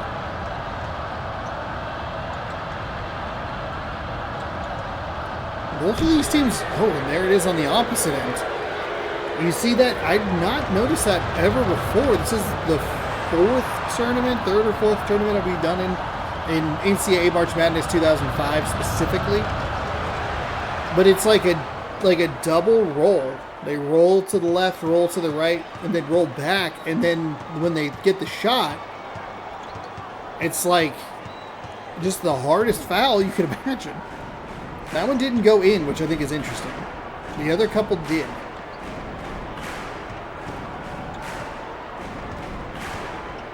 Let's pass inside. There it is again. That time it's a block, a clean block. Oh, there's good speed for Cincinnati to slow this down. That is just tremendous effort right there.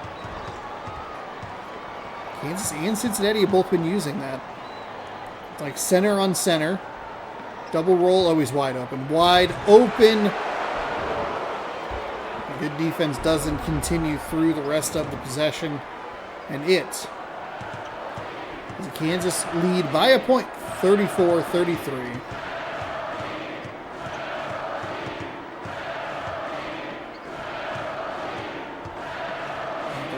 Asking for the ball. Again, trying that double roll. Wow. Oh, boy. That was a dangerous pass and a weird lack of defense by Kansas, though. 3 Jayhawks do make their presence felt there toward the end of that. But the basket's up and good, and we shift back to a Cincinnati lead.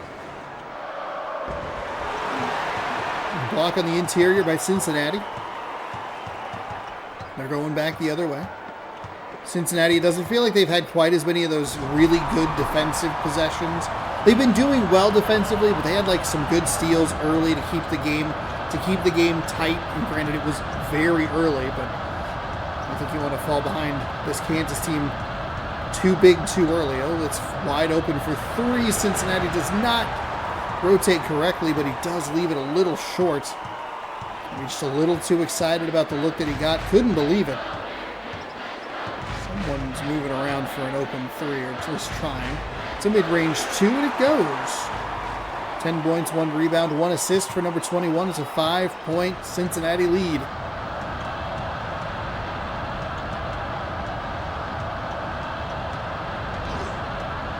The screen gets the switch. 2 defenders in the area. I would have liked to have seen Cincinnati try to run that, but they were calling a play instead. Fires over the defense, left it short, putback is good, 7-point lead, Bearcats with 6:04 to go. That putback feels so big. Oh, blocked, absolutely rejected. Sometimes in this game it's just hard to tell. Don't always know what it's going to do. Kick it over to the other side. 3-point specialist. No good. Offensive rebound. It's off the bottom of the backboard. Cincinnati has done good on some of these fast break opportunities have been slowed down by the Bearcats, helping them preserve this lead. And a couple good offensive rebounds. We have 2 Bearcats running into 2 Jayhawks. Something needs to change. Couple good offensive rebounds. They get one of them to go and at least get a second look. 54 is up and in. Basket's good and the foul. 3rd personal on center, number 55. It'll be interesting to see if they call a timeout to substitute, because it is a 10-point Bearcat lead. They do indeed substitute. If they miss the free throw, you can't just substitute. You have to wait for a dead ball. So that's where it gets interesting. I'm like, do you call a timeout? You have 6 of them, so there's plenty.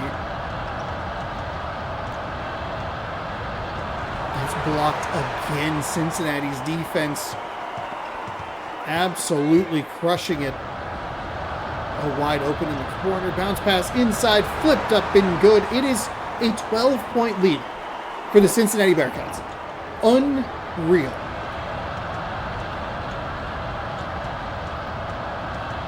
This is why you kind of have hope in a team like Utah State, where they show flashes. Like, look at that. Like, that's what we were seeing from Utah State in a consistent manner against UCLA. Block shots, steals, but not able to convert on the offensive side. If they could do it, like I said, half as well, if they get half the points off of those turnovers, they can close that gap. It is now a 14-point game as Cincinnati gets another good defensive stop.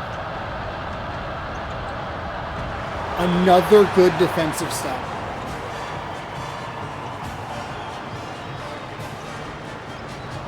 Another good defensive stop. My goodness.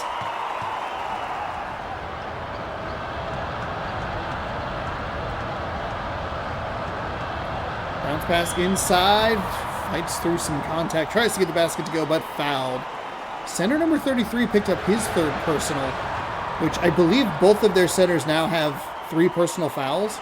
So there is actually foul trouble for this Kansas Jayhawk team. Now number 24 is coming in. Under 4 minutes to go. It is a 16-point lead. It's stripped away. It's loose again on the Jayhawk side.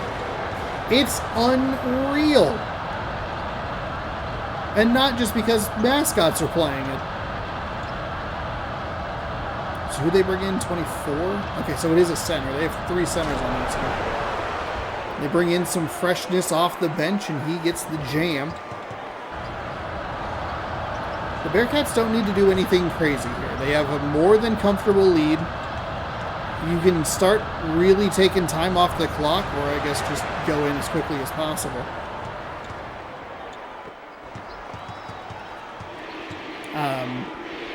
There's a good defensive play. That's huge.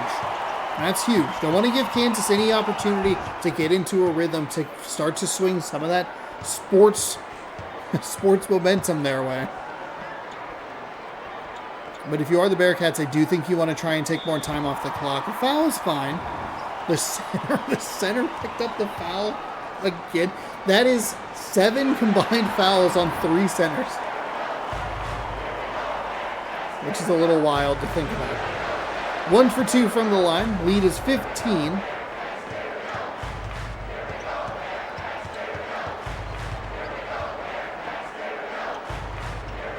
Number 24 is way out there, the center.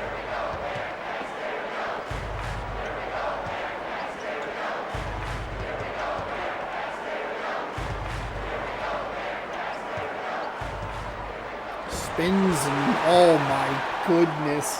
Spinning over here, rolling over there. 360 in the middle just for fun. Trying to create any sort of space and separation.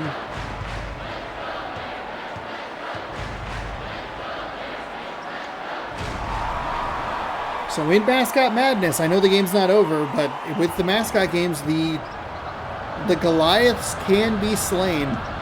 Kansas is the number 1 ranked team in the country in this game, and they are down by 17 points. And blocked again. The loose ball comes up. Kansas, and now they're only down by 15 with under 2 to go.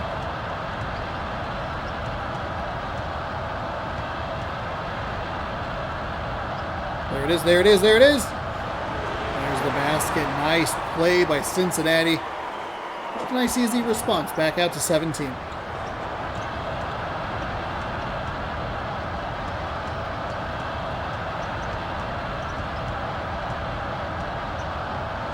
There's the 3. It's off the front iron. Rebounded by Cincinnati.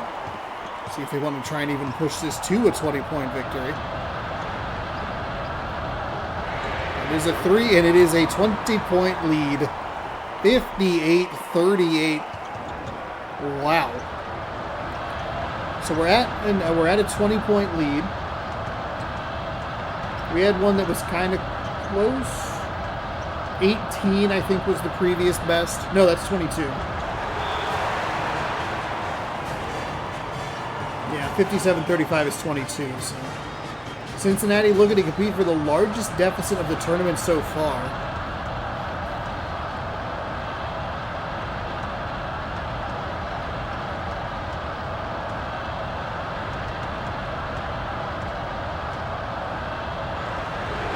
Shot is up, shot is good.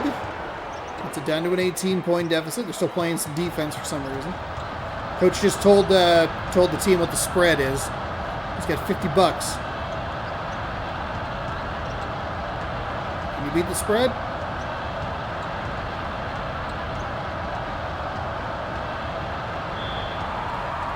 Defensive foul. Cincinnati will retain possession. I believe that does reset the shot clock, so they should just dribble it out here. I don't know why they're doing this. They're down by 18 points.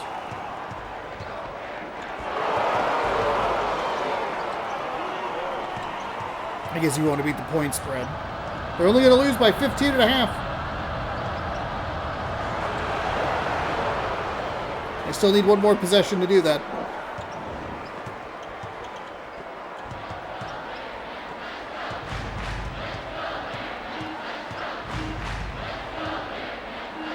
Wow. What might be the upset of the tournament. Number 1 Kansas goes down, and they look pretty bad doing it.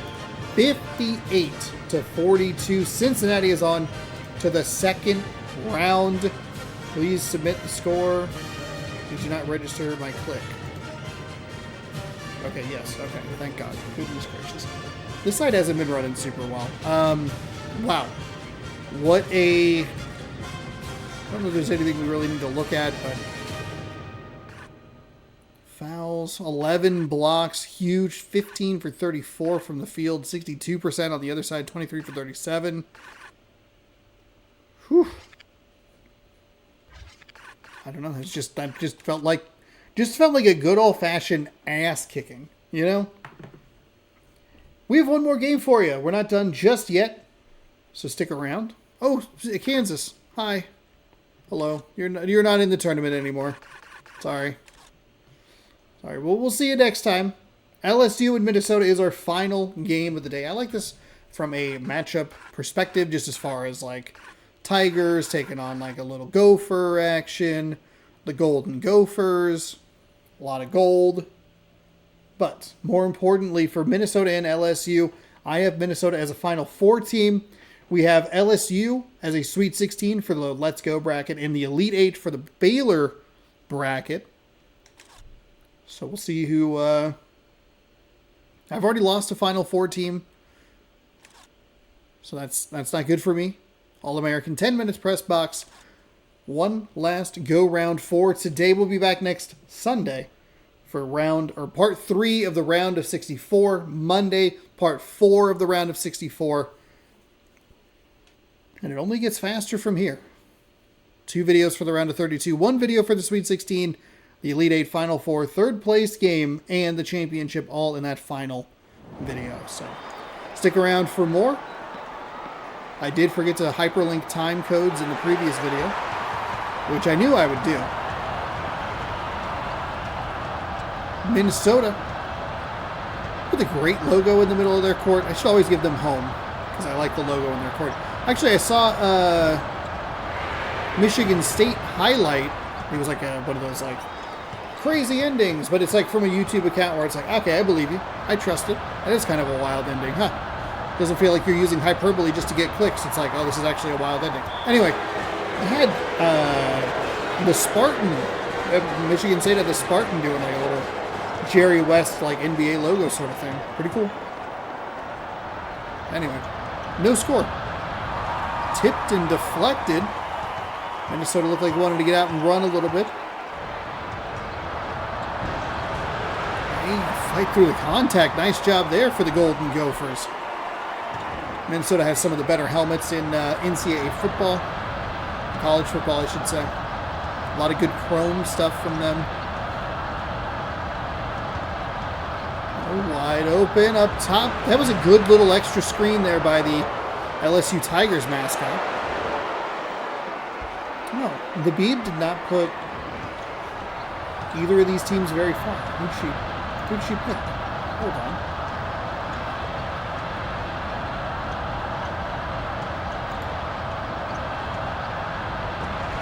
She picked Minnesota. Maybe she didn't realize that Jamar Chase went to LSU. Minnesota slams it down. It's good news for me. I guess if she needs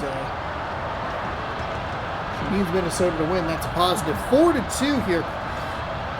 LSU has just so many stars all over the place. Gymnasts, football players, baseball players, women's basketball players. Like it is wild to think about. Nice steal by the Tigers. Stolen back by the Gophers, who dive out of bounds. Probably didn't even need to do that.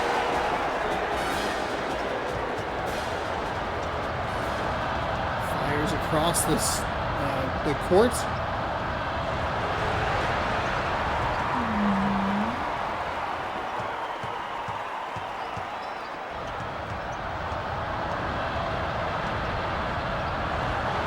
Didn't really like the look at the 3, but took a couple steps inside, fading to the right, and knocked down the 2. Minnesota 6, LSU 2. Oh, it's wide open for 3. It was a very delayed shot. How do you not get that shot off quicker? That was beautifully run on that side. That you couldn't be asking for more room. And for whatever reason, the shot was just so decidedly slow. They're going to try it on the other side, and they'll bury that 3, but my goodness. Catch and shoot. That is the best way to do that. You cannot even give them an opportunity to get in your way. The bucket closes the lead to 1. Tipped away, but the Golden Gophers have the ball. It's the center. Not really probably who you want to have the ball. Center's not known for their ball handling. And that's maybe why, right? That was a throw directly to the LSU player.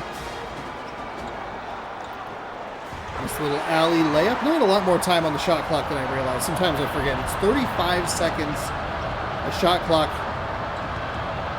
per possession. NBA is 24. I think college is currently 30. Still feels a little bit long. Oh my goodness. 22 doesn't have the three-point specialist label next to him, so I think that's why you wouldn't take that shot, but also, like, why wouldn't you take that shot? Frees up that three-point specialist, and that's buried. And we are tied at 8. Both teams off to a bit of a slow start offensively. Oh, Minnesota has a wide open. Just didn't like the look. Do they have a three-point specialist? A little speed there, but blocked inside. Minnesota might not have a three-point specialist, which could put them in an interesting position. They might need to work more at the interior. UNLV did a good job with that earlier, I believe.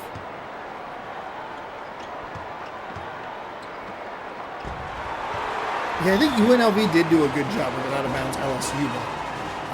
Because Marquette was taking a lot of shots around the free throw line, and UNLV just kind of sliced inside. And they started taking some threes, but I think Minnesota needs to take a page out of that playbook.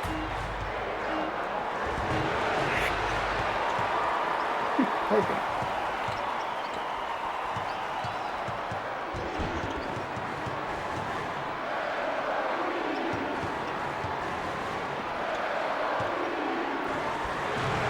Mid-range, nice job on the offensive rebound. I believe the player who kind of initiated that play was the three-point specialist for the Golden Gophers. As Minnesota is the first in double digits as we approach the halfway point.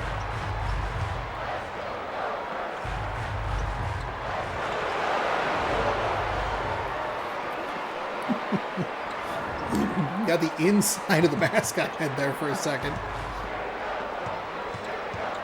Kind of horrifying. Nice little pump fake, splits through a bunch of defenders.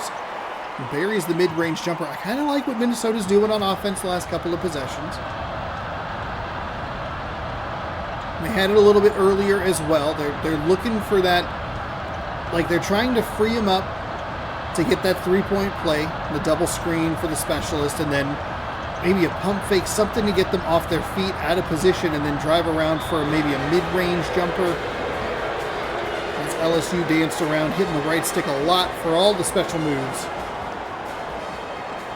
Floated. That's a little floater to the left, and number 11 almost looked like they were going to go out of bounds.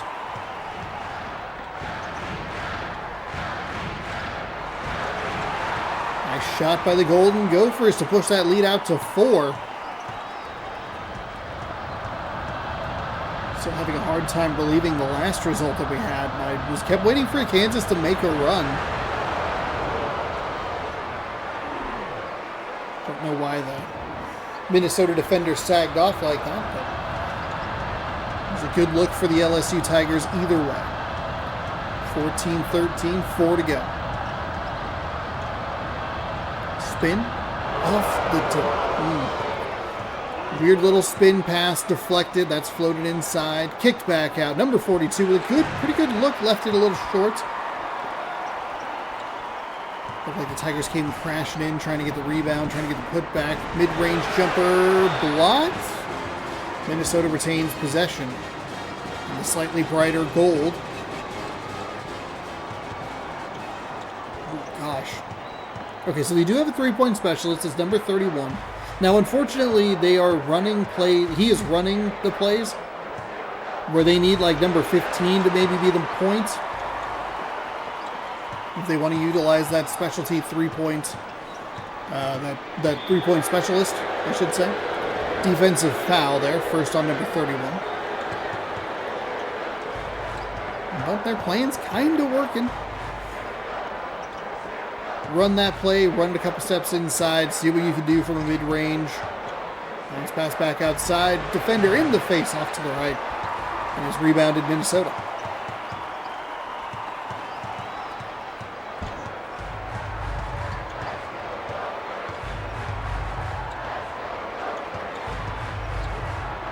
Pass Around. Fires. Number 31.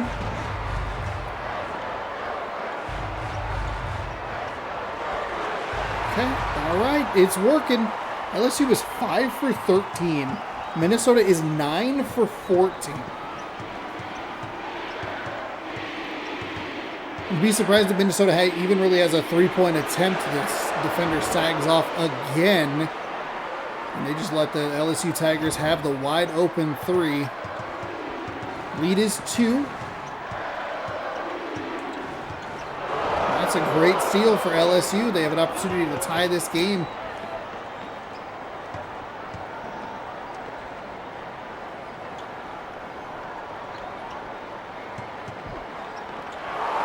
Throw it over the middle. Fires it forward. Oh, blocked at the three-point line. It's a good job. Fighting it, slowing it down. We saw Cincinnati come up with some really key plays like that against Kansas, where it looks like it's just going to be an easy bucket the other way, but there's someone who uses speed and just does a good job angling himself correctly.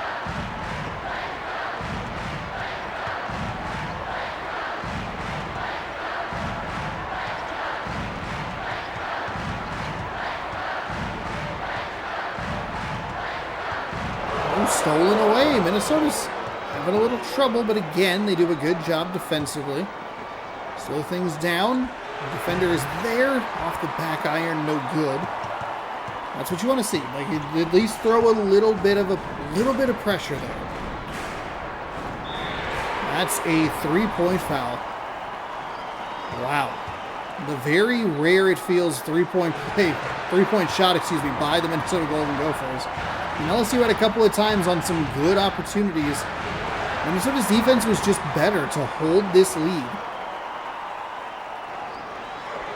3 for 3, and with 101, the lead is out to 5. Minnesota almost stole that inbound pass. Having a little pressure defense here. He's trying to slow these Tigers down a bit.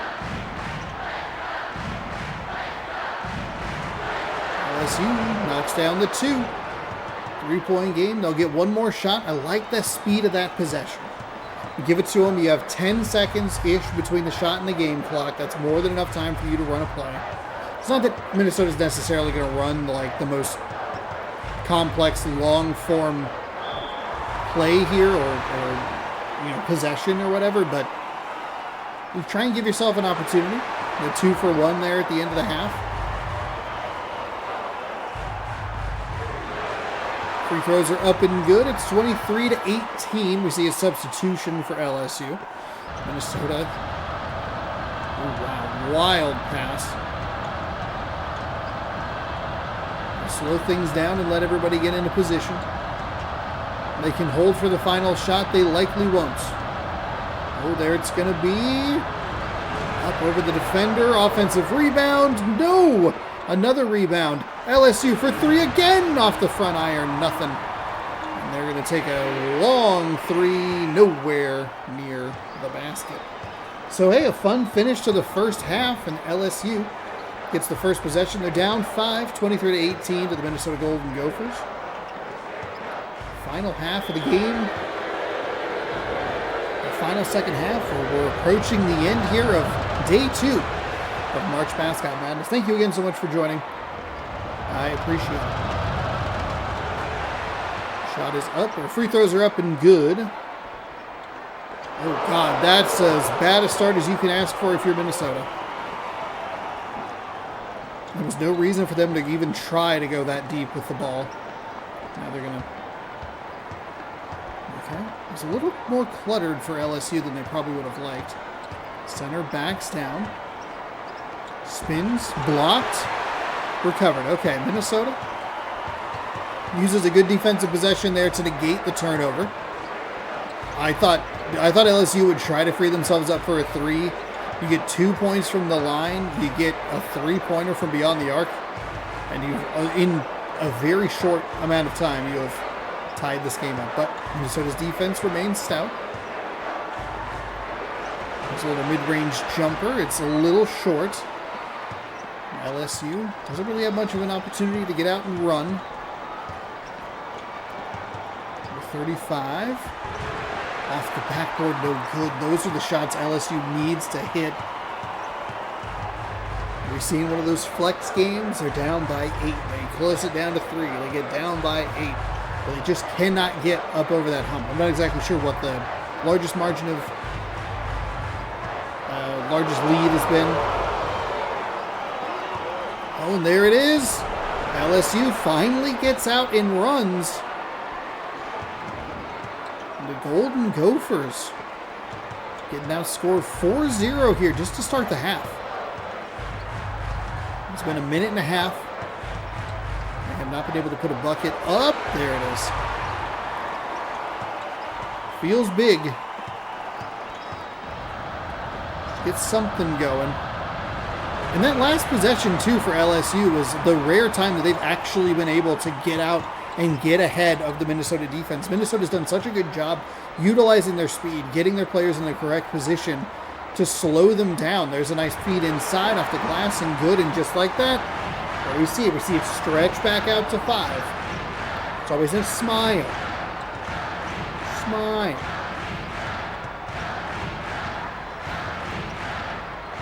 Ooh, they had... I like the idea. We have seen that bounce pass into the paint work super well. Minnesota hasn't done a great job defending the three-point specialist play. I know they literally just got a block as I'm saying that. It's unbelievable, the jinx. But they had a wide open. LSU had a wide open player right about where they were where they're standing right now. Ooh, a steal. Minnesota only has 5 steals, which seems... Maybe it's the blocks that I'm thinking about, but 5 seems like a smaller number of steals than I would have anticipated. Here it is. There's the opportunity. There it is. That's what you're looking for if you're LSU. Minnesota is not great at defending that. We saw that with East Tennessee State. It was not what doomed them, but it's been a missed opportunity here and there for LSU to close this lead completely and even get ahead.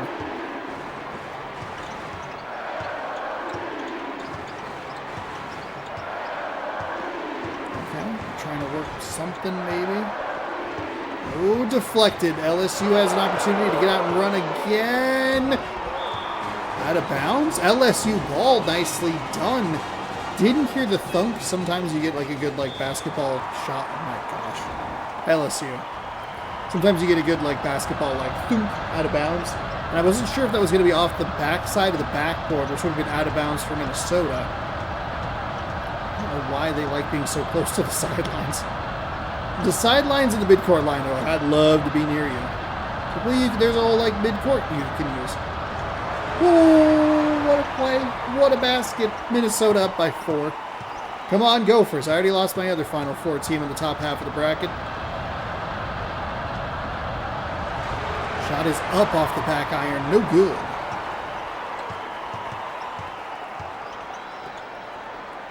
They have a wide open... they really don't want to shoot the 3. I think it's going to make them a very tough pick to go all the way. Especially if they can't... If they run into a team that is covering... Not that LSU's doing a bad job necessarily, but if they run into a team that does a good job covering the interior, they could run into a lot of trouble because they don't have a real three-point threat. They have one guy who's technically a specialist, but at the same time, they're not utilizing him for threes. There's a nice 3 by the LSU Tigers. They've used some key three-pointers to keep this game within striking distance. Oh, there's Minnesota. Oh my goodness, wow.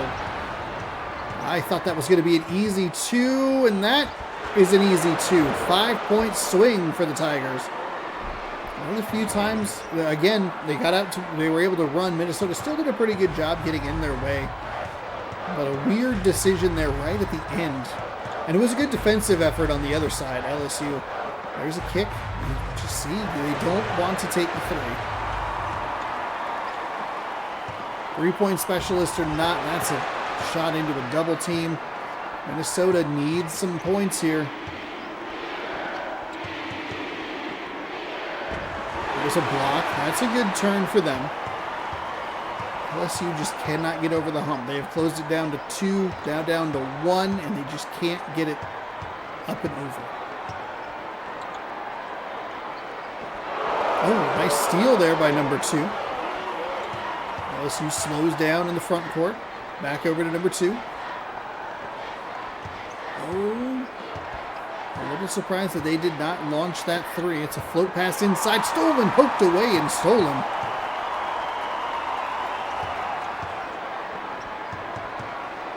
And there it is. There's the mid-range. He was wide open for a 3-point shot and took 3 steps inside the line.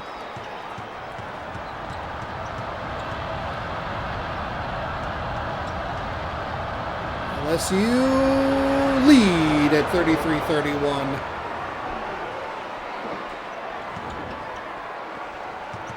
Huge swing.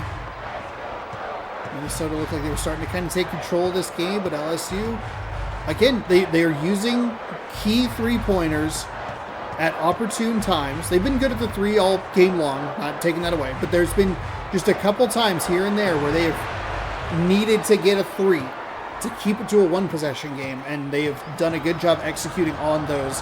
To not let this get too wild, shot was no good. It's a foul beyond the arc. Minnesota is getting a little frustrating to watch because there's no reason. It's like, what was it, the Ben Simmons one where like somebody just pointed at him and like sagged off defensively because they knew they weren't going to shoot the 3? LSU can do that. Minnesota is not going to shoot the 3. They are going to walk 2 steps inside the 3-point line every single time and try and take a mid-range jumper. There's no reason for that, but there's no reason for LSU to like try and close out on the 3-point line. A bad turnover there, and Minnesota is falling apart.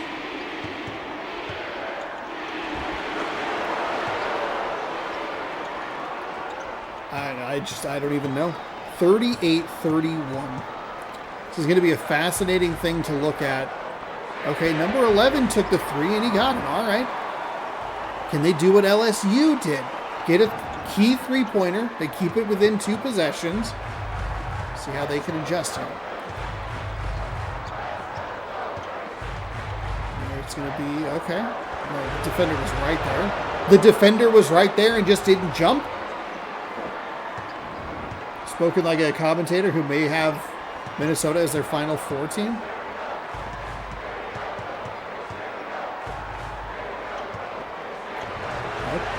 Okay, wow, that was unnecessarily dramatic. 20 points for number 11, 3 rebounds and assist. This game's been good. Probably the best game that we've had all day, and it should have been a steal. It should have been an interception. Rolls out of bounds. Minnesota wasn't going to really get that just because the slide was likely going to take them out of bounds. No, tipped and deflected. That's intercepted, and then kind of a wonky pass the other way. Just a little like, why are you throwing that pass into that traffic? It is a 5-point game. 11 takes the shot. No, off the back and the front iron. Finally good to see Minnesota taking some 3s. And there was no one around.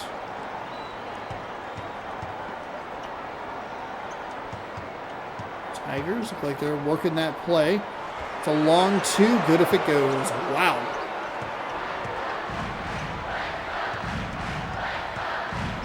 Under 2 minutes to go here.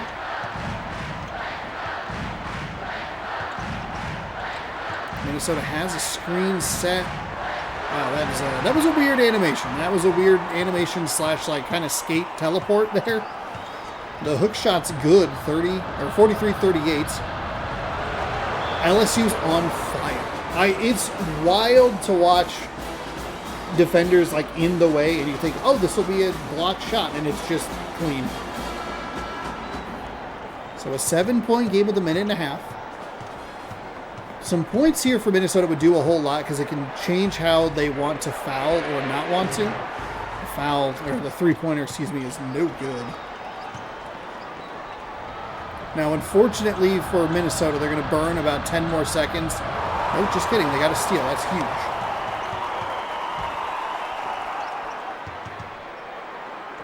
Oh, God. hate that jump spin. It's one of those passes that's like very unnecessary.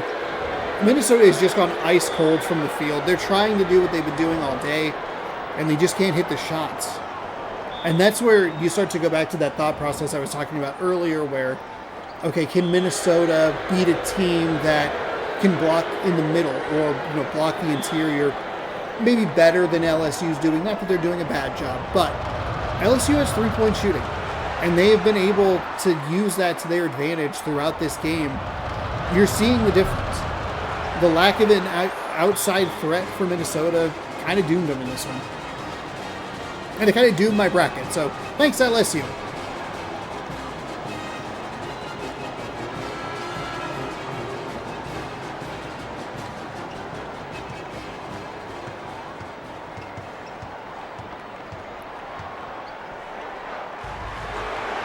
There's the 2, but it's just not going to be enough.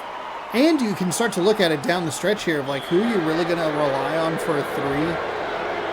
Are you really going to have to rely on the other team missing a free throw to start making progress? And we got to give more. I got to give more credit to LSU. LSU caught absolute fire towards the end of this game. They just did not seem like they were missing shots. I think Minnesota's defense was getting beat a little bit as well. They weren't quite getting as many steals or turnovers.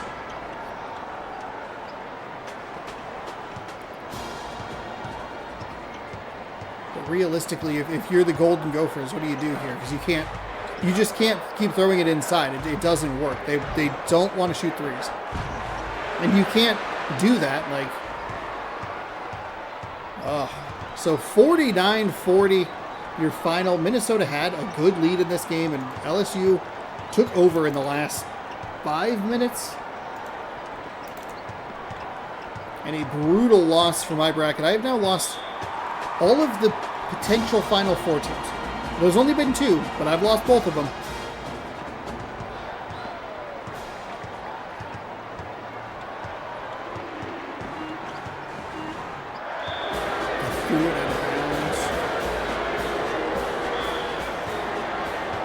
That was just a reach in. I don't think they were actually trying to foul that. That's a frustration foul.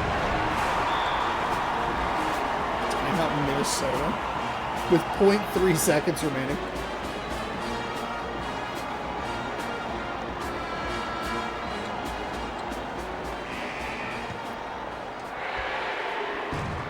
Ooh, missed it. 49-40 is your final. I don't think there's anything that we're really going to see in the stat book because I don't think they're going to break it down the way that we need it to. But LSU does win and Minnesota falls, which means that I've lost Minnesota and Oregon, which are 2 of my Final 4 picks. So my potential points are really going to take a hit. We'll take a look at that in just a moment. We can take a look at the second half stats. 31-17, that's a big swing. 8 for 19 on field goals, 9 for 15. That's a big difference. 4 for 4 3-pointers. I mean, that's huge. That's your difference. 12 points. 12 points from beyond the arc. The Minnesota Golden Gophers only had 3. They only took 3 shots. I mean, they also did not get any free throws. LSU was 9 for 10. Man, LSU did a really nice job in the second half. It hurts. It hurts my heart. It hurts my heart. I kind of hate it. But it's fine. It's whatever. Whatever. LSU will take on Cincinnati in game number 8 of the round of 32. Let's get you set up for the first game. And it's a big one. It's Missouri. Not the important piece of information here. Okay, the last M team. The important piece of this is Louisville. Louisville is a 4-time champion. They've won 4 consecutive tournaments. I hate it. It's miserable. It is a miserable existence to watch them every year ruin my content. They are a remarkable 32-2 all time. That is not a joke. They have played in 34 games. In a tournament that has 64 games times like 6, right?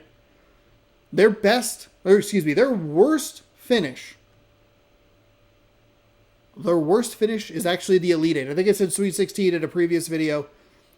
Their worst finish is the Elite Eight.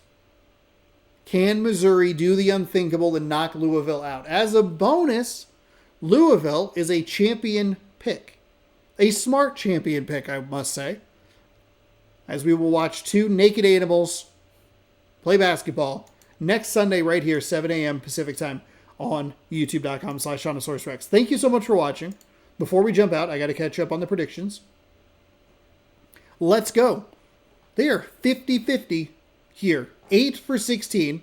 They are in first place with a point points potential score. What? Let me try this again. As for the bracket standings, we have Let's Go. They are in first. They scored 8 out of the first 16 games correctly. Their score potential is 146. I am in second. I have the same score, 8 points, but my score potential is 132. Baylor has moved up into third place. They had a good day today. They had 1 point through the first batch. The second time they were 5-3 in today's matchups. They have a score, remaining score potential of 126. And the Beebs prediction in last with 4. They have a score. The highest possible score is 124. I don't know why I said that 3 different ways. So there you go. Let me see if there's anything. Does the bracket get interesting? Is it part 3 or part 4 where things get kind of tight? I think it might be. Oh, okay, so we will have a couple of champion picks in part 3. And then 1 champion pick in part 4. So it's going to get, that score potential could get very, very small. And people will be fighting for position with like 1 or 2 teams really just trying to get to, hey, I got you to the Sweet 16. I got you to the Elite 8. But we'll see you next time for that. Thank you so much for watching. I really appreciate it. If you enjoyed this, please subscribe right over here. You can ring the bell down below. You'll be notified when I post new videos. March Mascot Madness rolls along every Sunday and Monday here on youtube.com/Seannosaurus Rex. And you can watch the playlist grow right over here. This one's just the tournament videos, so that's all you need to watch. Up here, baseball in the evenings. It is Monday, so it'll be an MLB The Show 24 recording that I still need to do. Thank you so much for watching. Again, I really appreciate it. I hope you enjoyed, and we will see you next time as we eclipse, I think, 200 hours of recording in this this tournament. So thanks again for watching. Goodbye.